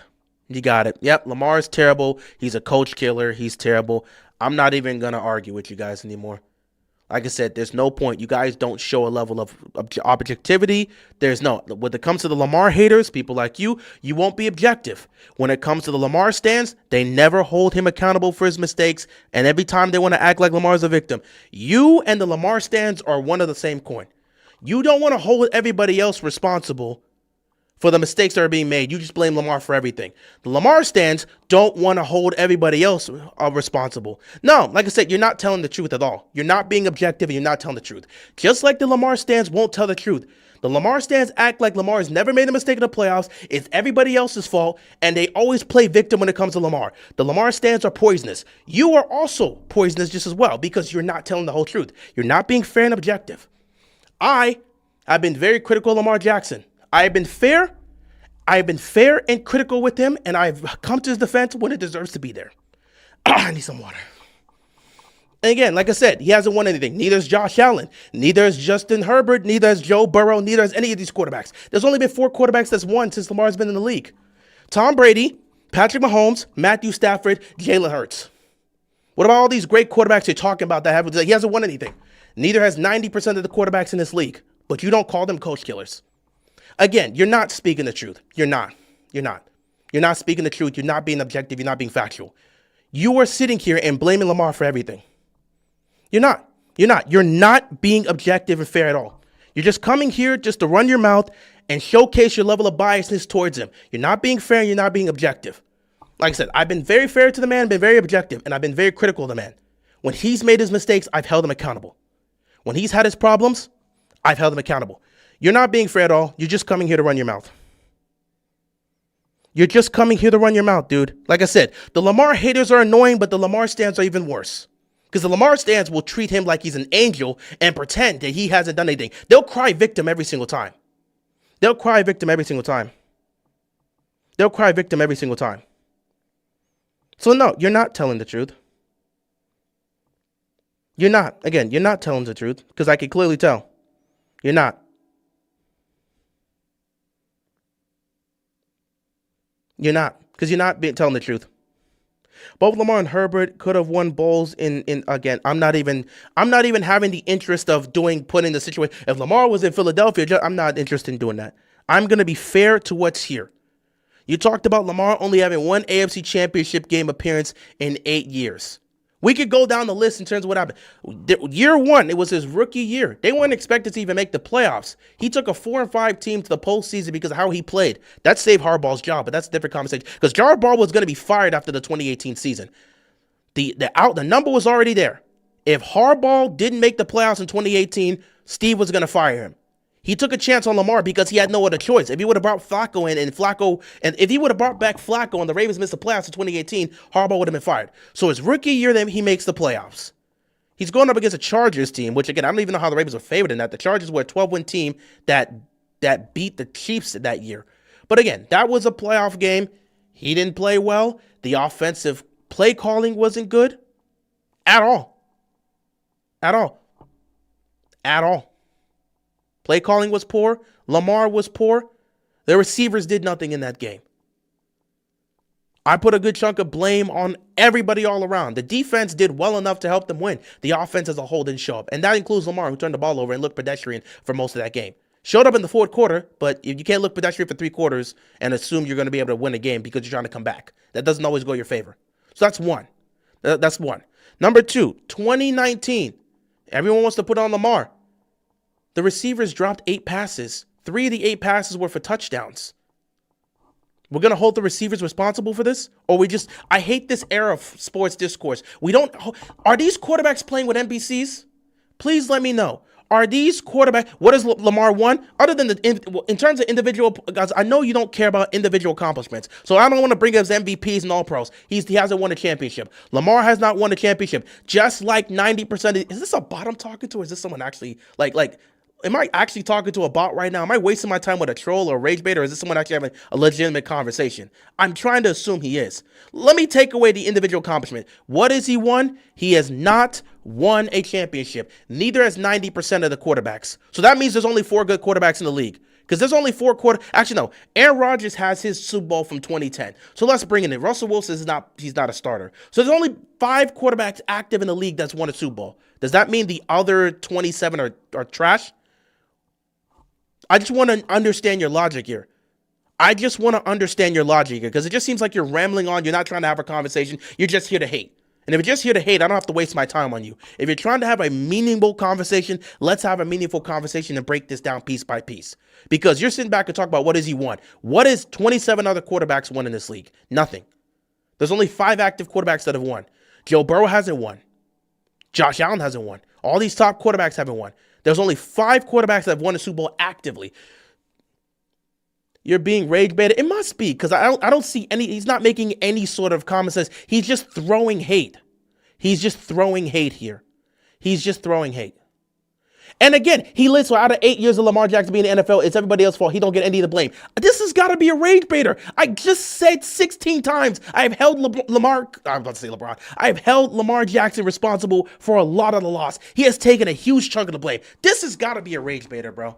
I'm going to stop wasting my time talking to him, because I literally said 15 times I have held Lamar accountable for a lot of these losses. The AFC Championship game, which I was getting to, I hold that mostly on Lamar. Lamar and Todd Monken were the primary reason we lost the AFC Championship game. And I've held Lamar for that. And I've held that standard. Straight up. You're not being objective. You're not. If you're saying that everybody you just spent the entire time blaming Lamar for everything. You said he's a coach killer and everything. You're blaming Lamar on everything. And I literally said, bro, we have to look at the entire team. I don't get this sports discourse nowadays. You're actively trying to blame Lamar. I'm sitting here saying, yes, Lamar should be held accountable, especially for the turnovers in the playoffs. And I hold the AFC Championship game and loss against him. But it's not just him. It's a team game. What is with this era in sports discourse? This is why I want to leave, bro. This is why I want to leave. This era of sports discourse is terrible. We only blame the quarterback. Are these quarterbacks playing with NPCs? Are they not playing with other teammates? Do they not play a factor in this? Or are they just playing by themselves? He had a coach that won a Super Bowl before, but as soon as they get Lamar Jackson, they don't win anything. Again, you're not even speaking of the whole story. You're literally just compartmentalizing everything. You're not telling the whole story. They have a coach that won a Super Bowl before, but as soon as they get Lamar Jackson, they don't win anything. But it's all on the... Okay, this is such a waste of time. This is a waste of time. This is a waste of time. This is just there's not a single level of objectivity that's being spewed out of this guy's mouth. So yes, let me address that. They have a coach that has a Super Bowl before. Yeah, he won a Super Bowl in 2012. That was 5 years before Lamar stepped foot in the league. He has won a Super Bowl. But as soon as they get the Lamar, they don't win anything. They hadn't won anything. They hadn't even made the playoffs afterwards. They made the playoffs one time. They won the Super Bowl in 2012. Missed the playoffs in 2013. Made the playoffs in 2014. Missed in 2015. Missed in 2016. Missed in 2017, and nearly missed until Lamar took that 4-5 team to the playoffs. This aspect of being like they've had a former Super Bowl winning coach, it's not his fault. He shouldn't be held accountable when he was on the verge of being fired before Lamar did what he did his rookie year. I don't understand this. Yes, they have a coach that won a Super Bowl 13 years ago. You're not being factual, you're not being objective. I have a player that's been in the NFL for 8 years and hasn't won anything. His coach just got fired for his coach winning Super Bowl. So with that type of logic, I mean, all these other coaches that won a Super Bowl previously should have never got fired. Mike McCarthy should have never got fired. Bill Belichick should have never. I know this has got to be a troll, bro. This has got to be a troll. And again, I'm done. I'm done wasting my time. This Courtney guy is a troll. I've said 15 times I've held Lamar accountable and say he has a good chunk of blame for them not getting it done.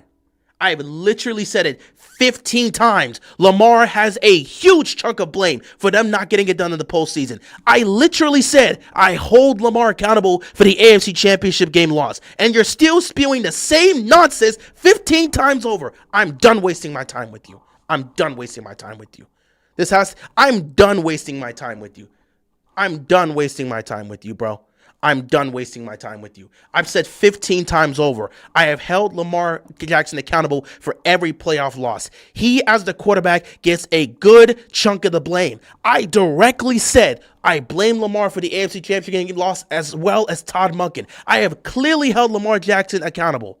I've clearly done that 15 times over, and you keep repeating I've not held him accountable, and he gets no blame. I've said 60 times he gets blame, and you're saying the same thing. This has got to be a troll. I'm not wasting my time with you anymore.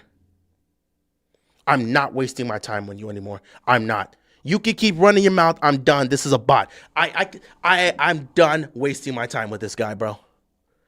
Like I said, legitimately, I'm going back to talking about the Chargers and Greg Roman. I'm not wasting my time with you. I'm not giving you any more energy or breath. I've said 50 times I've held Lamar accountable for the AFC Championship loss and said every time they've lost, I've given them a good chunk of the blame because as the quarterback of the team, you have to be held responsible. I've said this 50 times, and you keep saying the same thing, bro. I might have to ban him because he just spammed the same garbage. I've said this 50 times over. I'm not wasting my time with this anymore. I've clearly said Lamar should be blamed for a lot of the playoff losses. I blame him for the AFC Championship game loss. And if you keep repeating, so you're not going to hold him accountable, he deserves no blame. When I've said 50 times, I've held him accountable, and he deserves blame for the playoff losses. Like, I'm not wasting my time. You keep saying the same thing over and over again. You keep spearing the same nonsense. It's like you're not hearing. This is why I have to assume it's a bot. I just have to assume it's a bot. Just spewing the same garbage over and over again. It's got to be a bot. Because you say you're not holding him accountable. He don't deserve no blame. He should be blamed. And I'm saying, yeah, I hold him accountable. He should be held accountable. He deserves a lot of blame for the playoff losses. And then you were counter with saying you don't hold him accountable. You're not giving any. I'm not wasting my time with this anymore. Let me get back on point here. Greg Roman, because I'm not wasting my time with that bot anymore. Greg Roman, with Lamar Jackson, he had him looking like the worst playoff performer we've ever seen. The worst playoff quarterback we've ever seen. Then he goes to LA with Justin Herbert and has him looking like the worst playoff quarterback we've ever seen. Dude, I've said 15 times you can hold. How are you telling me? I promise you I'm not trolling. I've said 15 times you have to hold the quarterback accountable. And you've recounted 3 times over saying you're not going to blame the quarterback when I've sat here for 5 minutes saying I hold the quarterback accountable for every loss. He deserves a chunk of the blame. I have been on record 15 times saying I've held Lamar Jackson accountable. I primarily blamed him and Todd Monken for the AFC Championship game loss. Like, come on, bro. No. This is why I'm out, bro. This is the aspect that I talk about when I'm out. Sports discourse today is so garbage. We just blame all the quarterbacks. That's all we do. We don't actually assess the game. We don't talk about the game. We don't speak about the game like we're playing teams. I don't even think we look at the other teams, like the other players. In this era of football, all we do is talk about the quarterback. Why they lose? Blame the quarterback. Why they win? It was all the quarterback. Dude, it's a team game.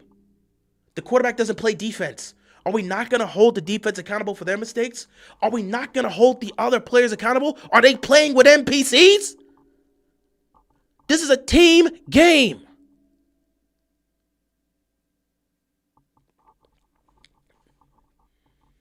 This is a team game, man. You're giving this narrative that ever since the Chargers got Greg Roman that you didn't finish your sentence. I'm not trying to sit back again. I even started by saying the performance today by Greg Roman has not been great. And I also said that Herbert doesn't have a lengthy playoff history to prove he's been great. Legitimately. I hadn't even gotten to my point before you started blitzing all of this. Legitimately hadn't gotten to my point. I literally was starting to get to my point about Greg Roman's offenses. I also tried to start this by saying, I'm not saying that Herbert didn't play bad today. He did. He missed a lot of throws he should have been able to make. He made mistakes in this game. But what I was trying to express is that, yes, prior to Greg Roman, he wasn't great either. He played one playoff game, and he was okay in that playoff game. Wasn't great, but he was okay, and they blew a 27-point lead. What I'm trying to point out here, they blame everybody but the court. No, they don't. Not in this era, bro. Not in this era.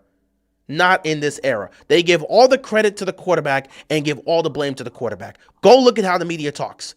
Every time a team wins is because every time the Bills win is because of Josh Allen. And when the Bills don't win, it's that defense. It's this, it's that. Same with Patrick Mahomes.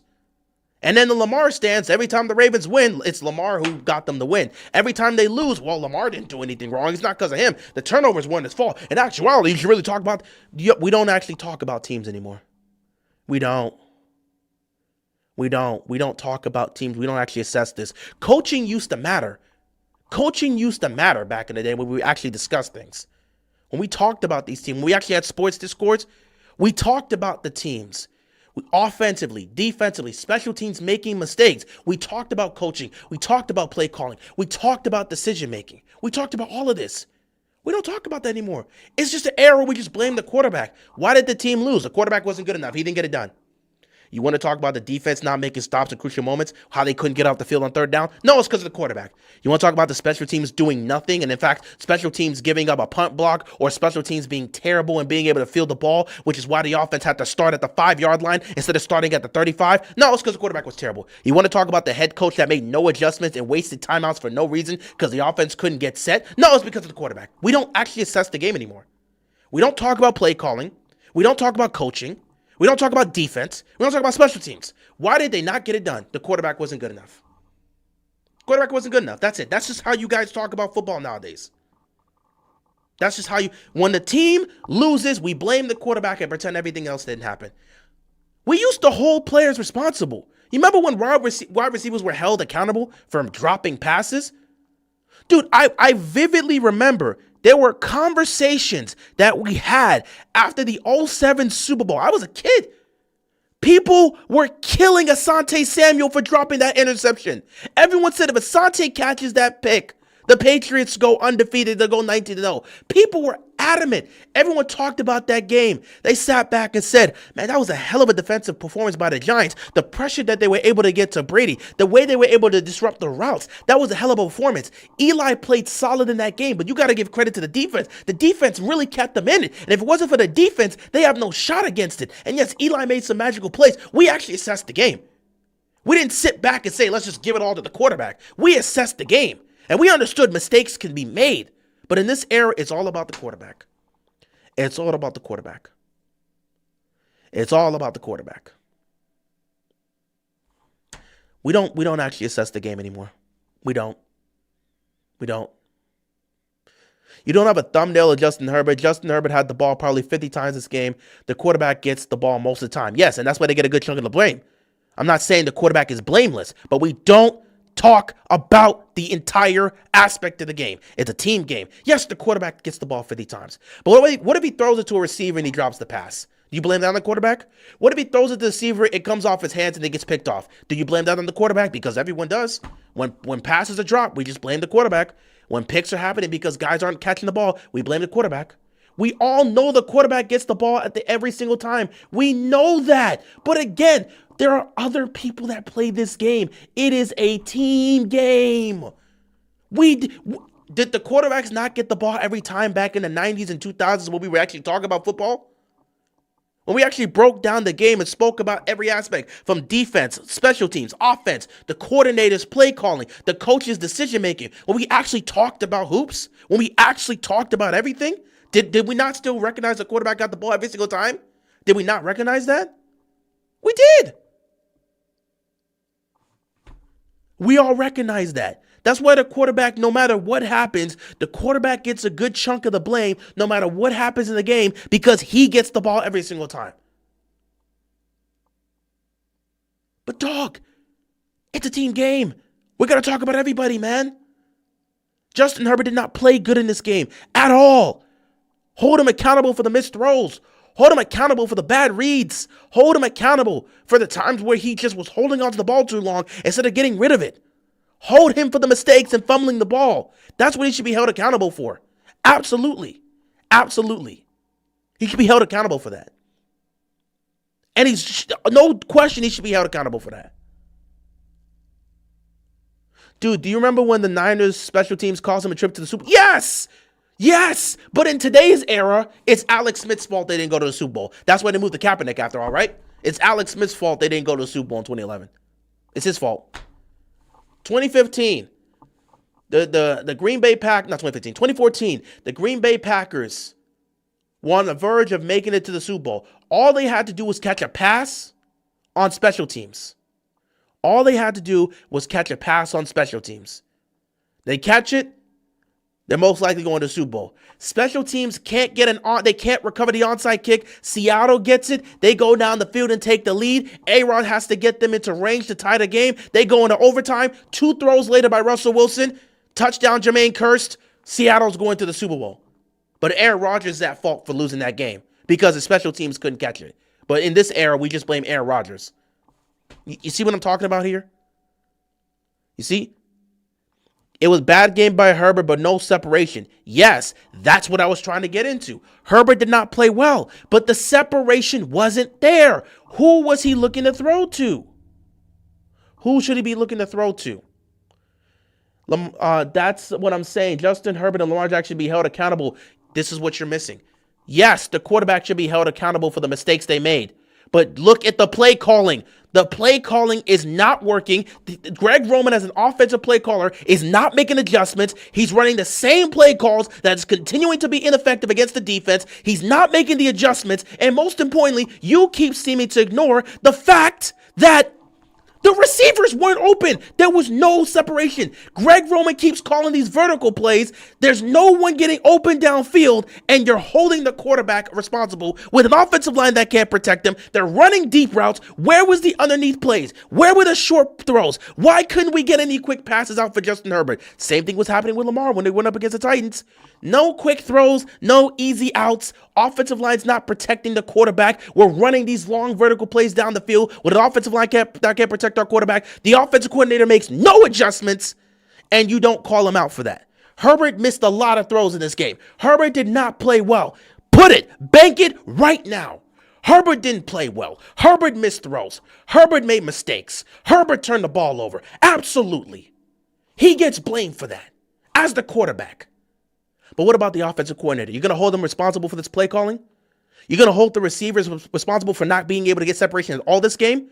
Are you going to hold the offensive line that got him sacked 6 times? Are you going to call them out? Or is it just Herbert that should be called out? It's a team game, but once again, you continue to prove that we only focus on the quarterbacks. This is proving my point. This is the pattern with Justin Herbert. I've seen the pattern with Justin Herbert. I saw it last year too. I'm not speaking of previous stuff. I'm speaking of specifically what happened this year and last year with Greg Roman. It's been the same offense. If you're talking about Justin Herbert in that playoff game, I spoke about that too.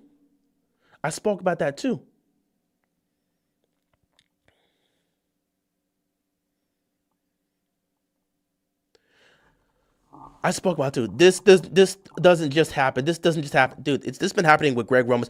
Funny thing is, you're talking about patterns here. Greg Roman has had the same offense from San Francisco to Buffalo to Baltimore to L.A. You want to call that out as well? You want to call that out as well? This is the thing. You just want to continue to focus on the quarterback.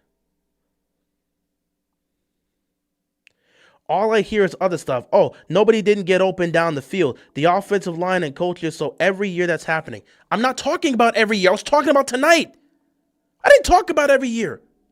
I didn't even mention the previous years with Justin Herbert. This has been a conversation I've specifically talked about with Greg Roman.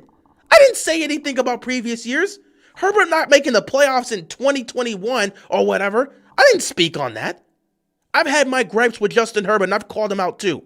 I've called out Justin Herbert for a lot of moments of not being able to show up in the biggest moments in the regular season to help his team out. I've called him out in a bunch of moments. This is not my first time just talking about Justin Herbert. Longtime fans know I've talked about Justin Herbert. I call out all the quarterbacks, but I call out everybody as a team. This whole live stream was to focus on Greg Roman in the 2 years he's been here with Justin Herbert and how Justin Herbert has played some of the worst football we've ever seen. And I was comparing that aspect to the same thing we saw with Lamar in the postseason. And I talked about this. Lamar's numbers and performance in the postseason with Greg Roman is night and day from the numbers and postseason with Todd Monken.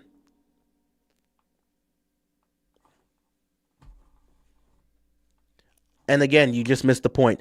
I didn't say, I'm telling you, I literally, again, maybe you're not understanding me. Am I speaking fast? Should I slow it down for you? I'm not talking about the 6 years throughout his career. I am speaking on the 2 years he has had Greg Roman. I'm not speaking about Justin Herbert in 2022. I am speaking on Justin Herbert in 2024 and 2025. I am speaking on the 2 years he had Greg Roman. That was the main point of the conversation. I'm not even talking about previous years with Justin Herbert. I'm talking about how he's performed under Greg Roman's offensive system. I've already held Justin Herbert accountable plenty of times when it comes to how he has fallen short and failed to make the playoffs with other offenses when he's putting up all these high octane numbers. I literally called it out and said Justin Herbert's putting up all these monster numbers and missing the playoffs. That doesn't look good for him, and I've called him out plenty of times for that. I'm not talking about again, am I speaking Spanish?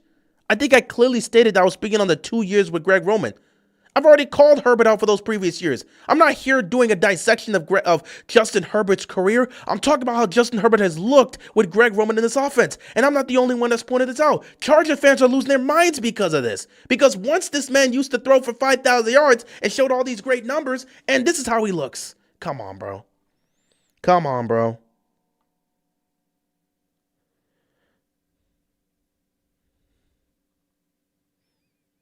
Yes, everybody gets the blame, but the majority of the blame goes on the quarterback because he has a lot more freedom than you think to call plays at the line of scrimmage. Yeah, you can make adjustments as a quarterback. You can make adjustments and switch plays, but that doesn't mean you get to call it entirely new plays. I think you gotta understand there's a difference between like audibles and like adjustments. You don't get to completely change the whole outlook of a play. It's not like you can call an entirely different play, and you got to work within the limits of the personnel you have out there. So you can switch a certain matchup. That's what adjustments are. You can switch a certain matchup and call an audible and say, I want my receiver to now run this route as opposed to this. But like you can't like completely call different plays and the whole structure. I'm not even getting to the whole aspect of audibles and changes at the line of scrimmage. I'm talking about the totality of Herbert's career in playoff games. And I'm talking about Herbert's playoff games with Greg Roman in it.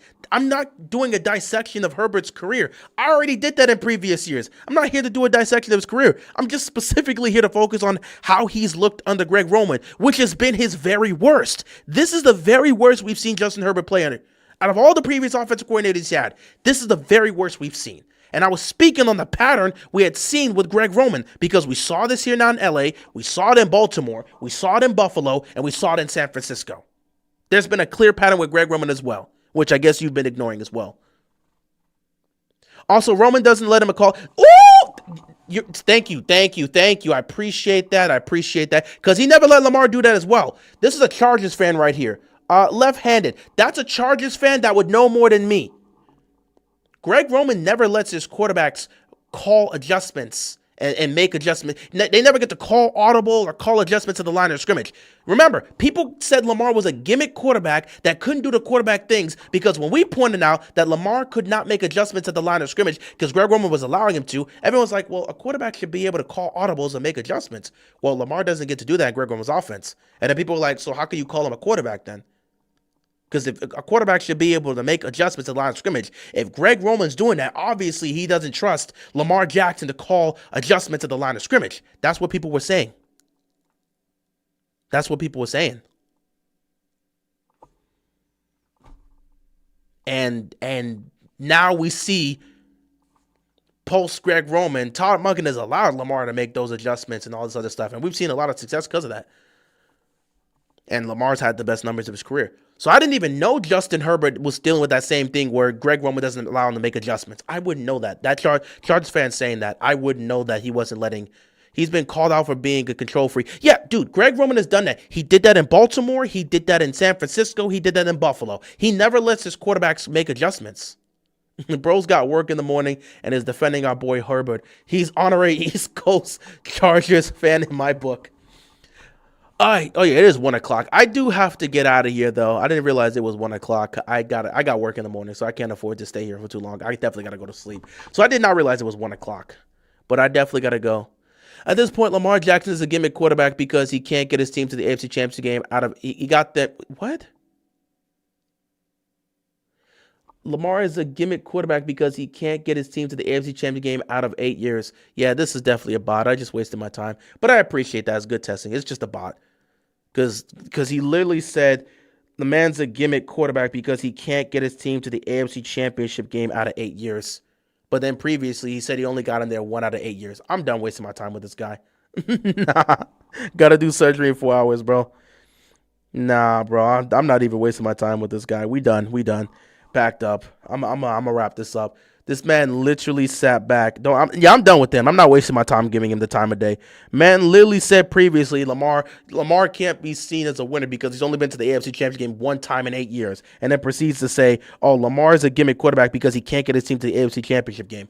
So now the AI bot just crashed. The AI bot just crashed. How do you go from pointing out he had made it 1 time to the AFC title game in 8 years to now saying he ain't make, yeah, the AI bot just crashed. The AI bot just crashed, bro. The AI bot just crashed. The AI bot just crashed, man. That's crazy. That's crazy, man. The AI bot just crashed. I wasn't expecting to crash like that. You gotta fix your servers now. You gotta fix your servers. You gotta fix your servers, man. The AI bot just crashed. Literally early on, he pointed out saying that Lamar is not successful because he's only been to the AFC title game 1 time in 8 years. And then he just says Lamar is a gimmick. He just said it now. Lamar is a gimmick quarterback because he's never gotten his team to the AFC title game in 8 years. So now, which one is it? Did he get him there once or did he not get him there? The AI just tried. Nah, bro. AI bots got to do better, man. Who be controlling these bots? I don't know. I actually don't know. No, please don't subscribe, bro. I don't need a bot here. I'm good, bro. I'm good, bro. I'm good. I don't need bots subscribing to my channel, bro. Please don't. Please don't. But yeah, let me wrap this up here. I'm going to go till maybe, I don't know, I could probably do like 10 or 20 minutes. Try to finish this around 1:30. We'll give it a shot. I don't know. But I'm going to try to go to 1:30. Not, bro. I'm good, bro. I'm good. Buddy, you just pointed out. Nah, bro. Please get this bot out of here. I legitimately, I low-key should block him, but, I don't block bots. So I'm going to just leave it there, man. Nah, I think I'm going to just ignore him. You literally just pointed. The bot literally went from saying Lamar's made it 1 time in 8 years to saying that he never made it. That's why he's a gimmick quarterback. And now he's saying, yeah, bro, look it up. He made it 1 time in 8 years, but you just said he didn't make it to the AFC Championship game. Nah, bro, we done. We done, bro. We done. So let me make my point before we finish this off here. Please don't let that bot subscribe to my channel. I'm not even joking. Do not let that bot subscribe to my channel. I don't want bots here. Yeah. Justin Herbert in this aspect here. He didn't play well in this game, but he made a lot of mistakes and turned the ball over and missed a lot of throws. At the same time, his offensive line did not protect him. Offensive line did not protect him, and the play calling was so terrible. This is what a Greg Roman offense does. Greg Roman's offense in 2 playoff games with Justin Herbert. 3 points, 12 points. When he was in Baltimore, the most points we scored with a Greg Roman offense was 20 points. The most points we scored was 20. Nah. Like, and that was, what was that? That was the Titans game in 2020 when we scored 20 points. But more than that, it's just his offense has never really been as successful as it should be in the playoffs. It's never been successful when it should be. It's always been problematic. It's always been problematic. Tonight was an example of it. Clearly, the play calling has always been the same, man. The play calling has always been the same. The play calling has always been the same. It's always been problematic for the most part. It's always been the same thing. He just runs these aspects of running these vertical routes in these moments where it's like, man, we need something short and underneath, bro. And it's just the same story each time. Like I said, it's not a coincidence that Justin Herbert and Lamar Jackson have put up their worst possible numbers in the postseason with this guy being the offensive coordinator. And it's no surprise that the Ravens wanted Greg Roman out of here and the Chargers fans want Greg Roman out of here. I'm not surprised to see this happen. We warned Chargers fans that this was going to be the case. We absolutely warned Justin Herbert we actually warned fans that Justin Herbert was going to go through some of these type of moments. So I'm not even surprised. I'm not even surprised. And the worst part is there was no adjustments being made here. Greg Roman never seems to make an adjustment with his offense. The adjustments are never made. No adjustments. No adjustments, bro. No adjustments being made at all. It's problematic. No adjustments being made. None. No adjustments being made. And it's unfortunate. It's unfortunate. It's happened again. I don't know if I'll be back, but I subscribed to support. Appreciate it, man. But yeah, it's a tough one here. It's a tough one. This is just another type of game that you see. Greg Roman has done this before. He did this with the Chargers. We've seen this type of game plan from him with the Chargers. We've seen this type of game plan with game plan with the Ravens. We've seen this type of game plan go out with the Bills and the Niners. It's been the same, and every single time it's happened, he's been ran out of the city. So it's happening again here with Justin Herbert. But something about the Harbaugh brothers and something about Greg Roman just infatuates the Harbaugh brothers. They can't help but bring in Greg Roman. Jim had Greg Roman in San Francisco, and then John had him in Baltimore, and Jim has him once again in LA. And it's unfortunate. It's definitely unfortunate that this is ultimately the case. We tried to warn Chargers fans this was going to happen. I said Justin Herbert's numbers are going to go down, and when it comes to the playoffs, it's going to be the same. How are there Roman defenders in 2026? I thought we were past this 5 years ago. Honestly, this isn't really a guy that's just really defending Roman. He's just trying to push his quarterback agenda. It's a lot of trolling. Like I said, there's no objectivity here. There's no holding the team accountable alongside the quarterback. Like I said, this is just the era of discourse we get with football today. Don't talk about the quarterback. We just focus on the quarterback. We don't talk about everything else, bro. We don't. Legitimately, it's just the same thing a lot with a lot of these guys, bro. It's the same thing. We only talk about the quarterback. We don't talk about the defense. We don't talk about the other players. We don't talk about the coaching. We don't talk about defense, special teams. We don't talk about the coordinators. We don't talk about the coaching. We don't. We just talk about the quarterback, man. We just talk about the quarterback. It's the same story every single time. You got a lot of these people on the internet that just come back and blame the quarterback for everything. They don't actually talk football or assess the game. They only focus on the quarterback. If we were talking football, we would talk about every aspect of football because it's a team game. So what did the defense do in this aspect? What did the offense as a whole do? What did the receivers do? How did the run game look? We would talk about the coaching. We would talk about the play calling from the offensive coordinator and the defensive coordinator. What adjustments did the quarter... Matter of fact, nobody even talked about the adjustments. What adjustments were made in this game? None. What adjustments were made?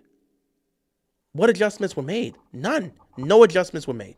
But again, we don't talk about these things. We just talk about the quarterback. And that's a big part of why I've already grown tired of sports discourse. It's just a lot of these people here spewing the same nonsense every single time. They just only lock into the quarterback and they ignore every aspect. I don't even know why we consider this game. Why do we consider football a team game anymore? Why do we consider football a team game if all we're going to do is talk about the quarterback? This is not a team game anymore. Football discourse has turned into basketball discourse where all we do is just blame the superstar players and act like nobody else is there. That's because people just people just watch the highlights and they go look at the box score and they make their assessments. They don't actually watch the game. And I get it. Not a lot of people are going to have time to sit back and watch a 4-hour game. Let me watch the highlights. Let me watch the box score. I'll make my assessment there. But nobody's actually watching the game. And the people that are watching the game, they're not interacting with these trolls. They're not. The people that actually watch the game and assess the games, they'll break it down every single aspect. They'll speak on the offensive coordinator. They'll speak on the defensive coordinator. They'll speak on the head coach. They'll speak on all of this. They'll speak on the context of everything. They will. They will. But again, at the end of the day, all these people in these era want to do is just focus on the quarterback. Just focus on the quarterback, dude. That's it. All they want to do is just focus on the quarterback. They just want to talk about the quarterback. We don't talk about coaching anymore. We don't talk about the lack of adjustments. We don't talk about the defense or the offensive players or nothing. All we just do is just blame the quarterback and call it a day. We just blame the quarterback and call it a day. That's just all we do, bro. We just blame the quarterback and call it a day. So, like I said, at this point, I just don't see it continue to be a topic worth entertaining. And if all we're going to do in this era is blame the quarterback and not actually assess the game, I don't want to continue to waste my time talking. It's a waste of time. It's a waste of time. It's a waste of effort. It's a waste of energy. If we're not actually going to talk about the game of football, why should I continue to talk about this? If all we're going to do is blame the quarterback and call it a day, that's not assessing the game. It's a team game, but we're not assessing it. In tonight's game, we can assess every aspect. Assess the quarterback. He missed a bunch of throws. Assess the quarterback. He turned the ball over. Turned the ball over in some of the worst moments of the game. Turned the ball over. Missed a lot of key throws. Just block the guy. I mean, I would like to block him, but I don't really block people. That's it. My job is to keep it real. I've always allowed people to speak their opinion, bro. I've always allowed people to speak their opinion. I have. So if they want to spew nonsense, let them spew nonsense. I'm not going to stop them from speaking. So I know you guys would prefer me to block them. We've had a bunch of guys like this here. I've never blocked a single one of those guys. A bunch of people like this that just come here and spew this nonsense. I've never blocked any of them. I'll let them say their piece. They'll just go about their life when they're done talking, and I'll go about my life, and we'll just move on. So that's just how it's always been. We've had several guys pull up throughout the stream doing this. It's been the same thing. And you've always seen me engage with them and try to have a meaningful conversation, say, let's break the game down. And all these guys just sit back and they fail to mention anything else and they're just focusing on the quarterback. They're just focusing on the quarterback. That's all they've done. I've even challenged these guys to say, okay, what did the offensive coordinator do to help this quarterback win? They don't give any assessments. How do you think what adjustment? We've been here on stream. We've been here on stream where I've literally called these guys out and said, okay, what did the offensive coordinator do to help his quarterback out? What was his play call? What play calls did he run to help assist the quarterback that the quarterback just ignored and failed? I even called them out and said, okay, what adjustments did the offensive coordinator do to the defense they saw? What second half adjustments did the coordinator do? And none of them can answer the question, and they just say, well, it's the quarterback's fault. Like I said, this is just the era of discourse by these people. There's no football IQ here. It's just blame the quarterback and go home. There's no football IQ by these idiots. It's just blame the quarterback and go home. And that's why a lot of people nowadays just look at these guys and say they're either trolls, idiots, or bots, because there's no actual football discourse with these people. It's blame the quarterback and go home. That's just it. It's blame the quarterback and go home. The Packers kicker missed 3 kicks. Nobody's blaming Jordan Love for that loss to the Bears. Again, there's people that will blame some of it on him. Bears fans certainly look to try. Well, they were trolling. They're having fun. But yeah, I mean, there's some aspects here. But when you look at that game, the kicker missing 3 kicks, that plays a role. The defense in the fourth quarter plays a role. It's the same story. It's a team game. It's always been a team game. We've had quarterbacks play great, and the team still goes home. We've had quarterbacks play poor, and the team moves on. It's the same story every single time. But when it comes to sports discourse nowadays, we don't actually assess the game. We just blame the quarterback. That's just what we do in this era. I remember growing up and we actually assessed the game. Both with football and basketball, we used to actually assess the game. They used to really talk sports. Sports Center was one of the best things to watch. ESPN was a profound network that really, they broke down the game. They really talked sports, and they presented the game to you as a fan the proper way. You actually felt like you were watching professionals that knew what they were talking about. But nowadays, it's just blame the quarterback for everything. It's just blame the quarterback for everything. We don't hold the wide receivers responsible for dropping passes. We don't hold the offensive line for not protecting the quarterback. We don't hold the coordinator for not making adjustments. We don't hold the defense responsible when they give up plays in the biggest moments and can't make stops. I mean, I guess all these other guys don't have a job to do. They're NPCs. There's NPCs. They're NPCs, I guess. The quarterback's the only one that does it, bro. The quarterback doesn't do anything here. And this dude keeps running his mouth. Why don't you call the players? What about the offensive line that sacked Herbert 6 times? You going to call them out?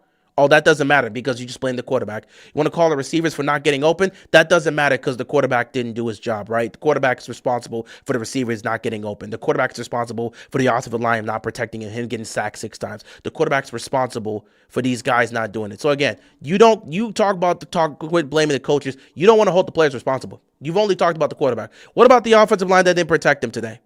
Because again, since you want to do this whole don't blame the coaches thing, what about the offensive line that didn't protect him today? You want to hold those guys responsible? Because they were doing a poor job blocking for him. They did not protect him. You didn't. You have not held him responsible once this entire time. All you've been doing is quarterback. It's Lamar's fault. It's Herbert's fault. It's Lamar's fault. You don't hold the offensive line responsible. I talked about that playoff game against Tennessee. The receivers dropped 8 passes. 3 of the 8 passes those receivers dropped were for touchdowns. You didn't hold those receivers responsible. You just said it was Lamar's fault. So do you actually hold players responsible? You're wasting my time. It's 1:23. I'm getting ready to leave. You're wasting my time. All you've done this entire time is constantly sit back over and over and over again and hold and just blame everything on the quarterback. You have not held out. You've not said a single thing about the offensive line. You've not said a single thing about the receivers not getting open. And then I brought up the playoff game with the Titans. 8 drop passes. The quarterback delivered the ball to the receivers. It's in their hands. They dropped it. 8 drop passes against the Titans. 3 of those drop passes were for touchdowns. But you blame Lamar for that. And then tonight, the offensive line couldn't hold him. And you said Justin Herbert was holding the ball. He was holding the ball because they were running vertical routes. They're running deep routes down the field. Nobody's open. Why do you think he's holding onto the ball? I'm not even going to insult you. It's 1 a.m. Why do you think the quarterback's holding onto the ball that long? They're running deep routes, and he's waiting for somebody to get open. Why? Do you think he's just holding onto the ball because he's having a tea party? Do you think he's having a celebration in the backfield? Why do you think a quarterback would hold onto the ball? They're waiting for somebody to get open. You want him to just throw it recklessly?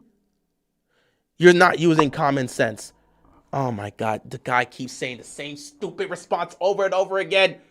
It's like he's not hearing. This is either a bot, a troll, or a teenager. No grown man saying the same stupid stuff 15 times over. No way he's repeating this. This has to be a bot. He has said that 3 times. When we have said 12 times over, the quarterback gets the most blame. He's saying the same crap over and over again. This has got to be a bot. Let me call it a day here. He keeps repeating the same thing over and over again, bro. The same thing. We have said 15 times over, the quarterback gets the blame. We have said 15 times in this entire stream, Herbert gets a good chunk of the blame because he's the quarterback. And yet he keeps saying the same damn thing 15 times over. Holy crap. Are you not listening? I have said 15 times. The quarterback should be held responsible for a most. Nah, bro. It's the same. This is why I'd rather take a break. It's people like this. You will say the same thing 15 times over. They won't hear you and repeat the same thing. Man, the quarterback should be getting a good chunk of the blame. I agree. I hold the quarterback responsible. But let's not forget about everyone else. No, man, the quarterback got to be held responsible. Again, I agree. But we have to hold everybody. No, man, the quarterback. Dude, I said 3 times. You're right. I agree. The quarterback got to be held responsible. Who gets paid more? Are they not paid to do a job? This is the dumb thing. If the, oh my God, bro. No way, bro. No way this guy just did this thing. No way, bro. This is so dumb. Who gets paid more? The receivers get paid more. Lamar Jackson paid more. Everybody gets paid to do a damn job. If I pay you to catch a ball and you don't do it, are you doing your job? Is this a team game or is this a singular game? Is the quarterback out there with NPCs or is he playing a team game? Doing this, do you get paid more crap? They get paid to do a job. Receivers get paid to catch the ball. Offensive linemen get paid to block. When they're not doing their job, they should be held responsible. If you go to work tomorrow and you don't get your job and you don't do your job, should you be held responsible? If you walk into work tomorrow morning and you don't do your job, you're going to be held responsible. You get paid just like everybody else. I don't give a damn who gets paid more. If you're a receiver and you get paid to catch the ball, catch the damn ball. If you're an offensive lineman, you get paid to block, protect your quarterback. And then he keeps repeating, none of y'all know. Everybody plays sports, dude. You ain't special. I'm done wasting my time with this, bro. I'm done, bro. See, this is why I don't get into it with these people. It's the same garbage 15 times over. And none of y'all play sports. Everybody played sports. You ain't special. You ain't special at all. Everybody done played sports. Everybody been on a team before. Acting like you the only one doing it. And even players know this crap too. Oh my goodness. Acting like you special, like you the only one that played sports. He keeps spewing out the same 5 things. This has gotta be a bot. Nobody's this clueless, bro. Nobody's this clueless, bro. Nobody's this clueless. And have the nerve to say who gets paid more. Buddy, even the Hall of Famers will tell you, we all get paid to do a job. Do your job. Who touches the ball every time? The quarterback. You keep repeating, this has got to be a bot. Nobody's this stupid. I swear to you, bro, nobody's this clueless. Nobody's this clueless. I swear to you, nobody's this clueless. You keep repeating the same 5 things 15 times over. This has got to be a bot, bro. Talk about who gets paid more. Dog, everybody gets paid to do a job. Everybody gets paid to do a job. Everybody gets paid to do a job. This has got to be the dumbest conversation I've ever had. This has to be the dumbest discussion I've ever had. It's got to be the worst back and forth argument I've ever had. There's no football IQ here. The lack of intelligence in this entire conversation. Somebody please fix this AI bot. If we're going to have AI bots debate with us, can they be better than this than to repeat the same 5 things over and over again? Oh my God. I needed this though. I didn't speak the entire week. I needed this though. You know, it's actually good to get this out here occasionally. Good to know I still got it. It's good to know I still got it, even though I don't think I'll be doing this a lot moving forward. But it's good to know I still got it. You're not giving anybody facts. You're spewing garbage, and you continue to spew garbage, and everybody else in the chat knows you're spewing garbage, which is why they called you out. And you can't accept that you're spewing garbage, so you just keep claiming it as facts, just like every other idiotic troll does. Oh my goodness, just the same garbage, bro. You haven't given a single fact since you've been here. You even got called out. 1 minute you said Lamar had 1 AFC Championship game appearance. The next minute you said he had 0. You've already been exposed. You're just saying the same garbage, bro. You're saying the same garbage. Please, please, please. I'm gonna end the stream here. Is it 1:30? Is it 1:30? It's gotta be 1:30. I'm ending the stream here. I'm not wasting my time with this garbage anymore.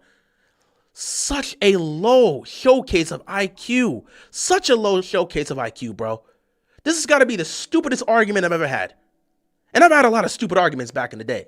This is just brain dead arguments. Even the biggest of trolls will look at this person and say, what are you talking about? Not a single ounce of intelligence in this entire conversation, bro. 0 football knowledge. 0.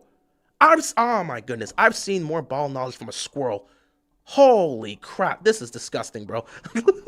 I needed this, though. I did need this, though. I didn't stream all weekend. I didn't stream any of the playoff games. I needed this, though, bro.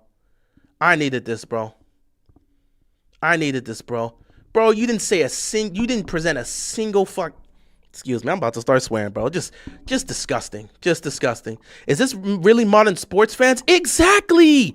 Dude, I don't want to be a part of these community anymore doing this. It's the same garbage every single time.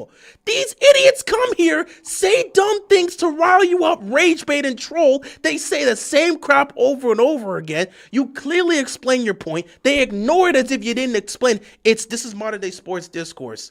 I don't want to be a part of this anymore. It's trash. We don't know how to talk about sports anymore. Well, most of us do, but we're surrounded by people like this. It's horrible. And you know what's sad? We see it on national television. Yeah, I agree. You have zero football knowledge. You have zero. You have zero. Don't even bring up this analogy about surgery. You have zero football knowledge.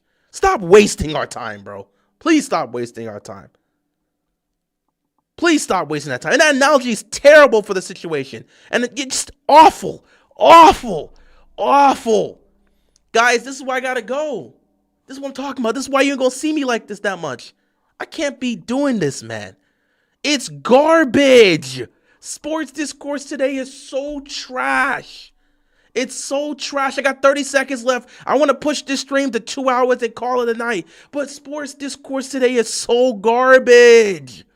These are the type of arguments you'll see on Twitter all damn day. These are the type of people you got to deal with on Twitter all damn day. It's garbage. It ain't even worth it anymore. It ain't. It ain't even worth it. It ain't even worth it anymore. Did I get it? Did I get it? That's great, bro. Keep running your mouth. You keep showcasing. You have no idea what you're talking about. You have no idea what you're talking about. You've ran your mouth enough. You had your fun. You have no idea what you're talking about. You have no idea. Yeah, I'm so glad our coaching staff has gone too. Now we can make actual changes. I'm interested. We're going to watch next week because we got Kubiak versus Salah, and those are two coaching candidates. So we'll see how they do. We have to have discussion with people who don't watch games or understand. It's so bad, man. It's so bad. It's so bad. It's so bad. And he's talking about nobody's even mentioned the coaches in a while. You see how this bot's just saying the same stupid arguments over and over again? I want Flores. Yeah.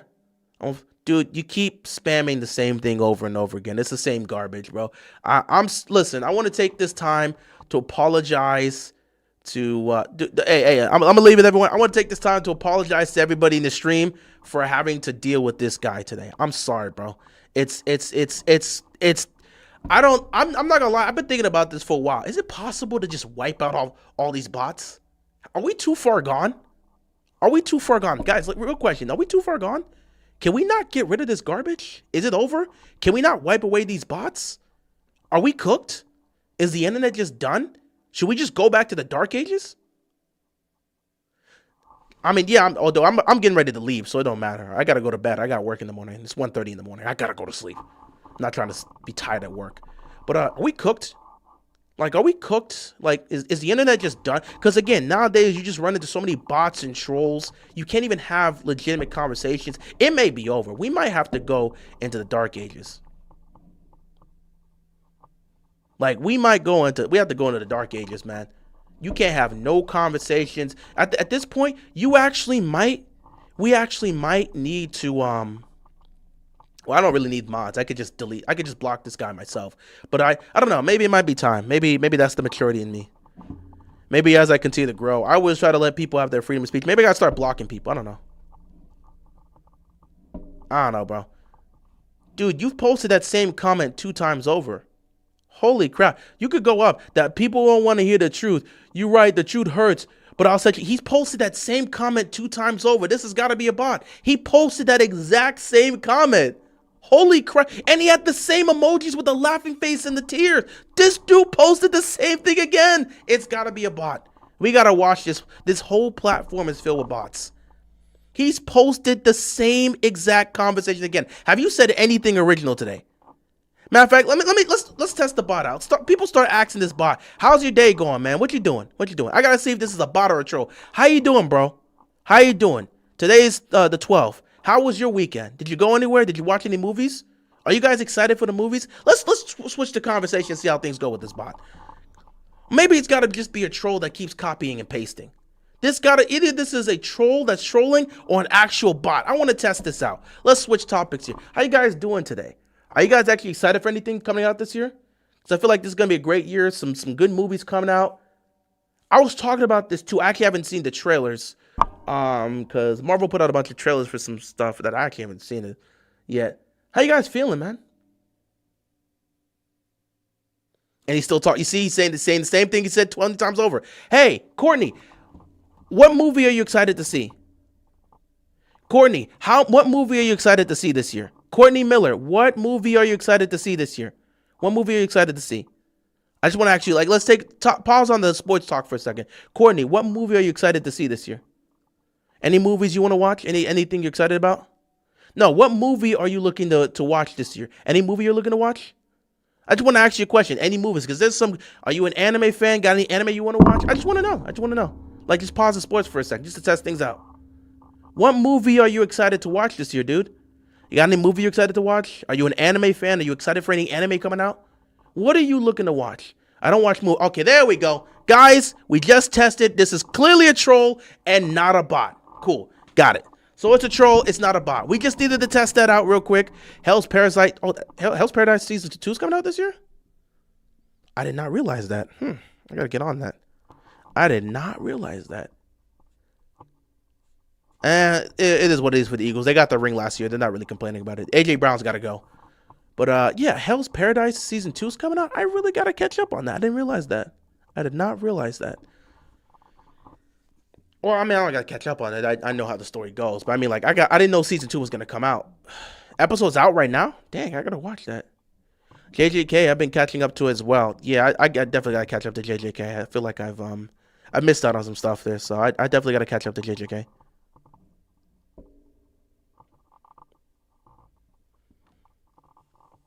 She's a troll. Oh, no, listen, I just needed to point it out. I know she's a troll now. I know she's a troll now. Like I said, I just wanted to point that out. What movies do you want to watch? Go lay down with that. What movies do I want to watch? Well, I mean, Avengers is going to have some stuff that's coming out. Avengers definitely has some stuff that's coming out, so that's cool. Like I said, I needed to know. I wanted to know if this was a bot or a troll. Clearly, Courtney is a troll. I just needed to test that out. But I know it's a troll now, so it's just somebody that does this. Like I said, it ain't no different than it. Wait a minute. Hold on for a second. Wait a minute.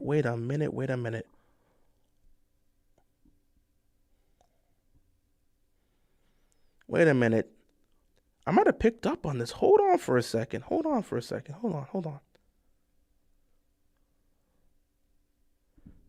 Oh no, that's a different troll. Damn. You trolls are coming out the window, man.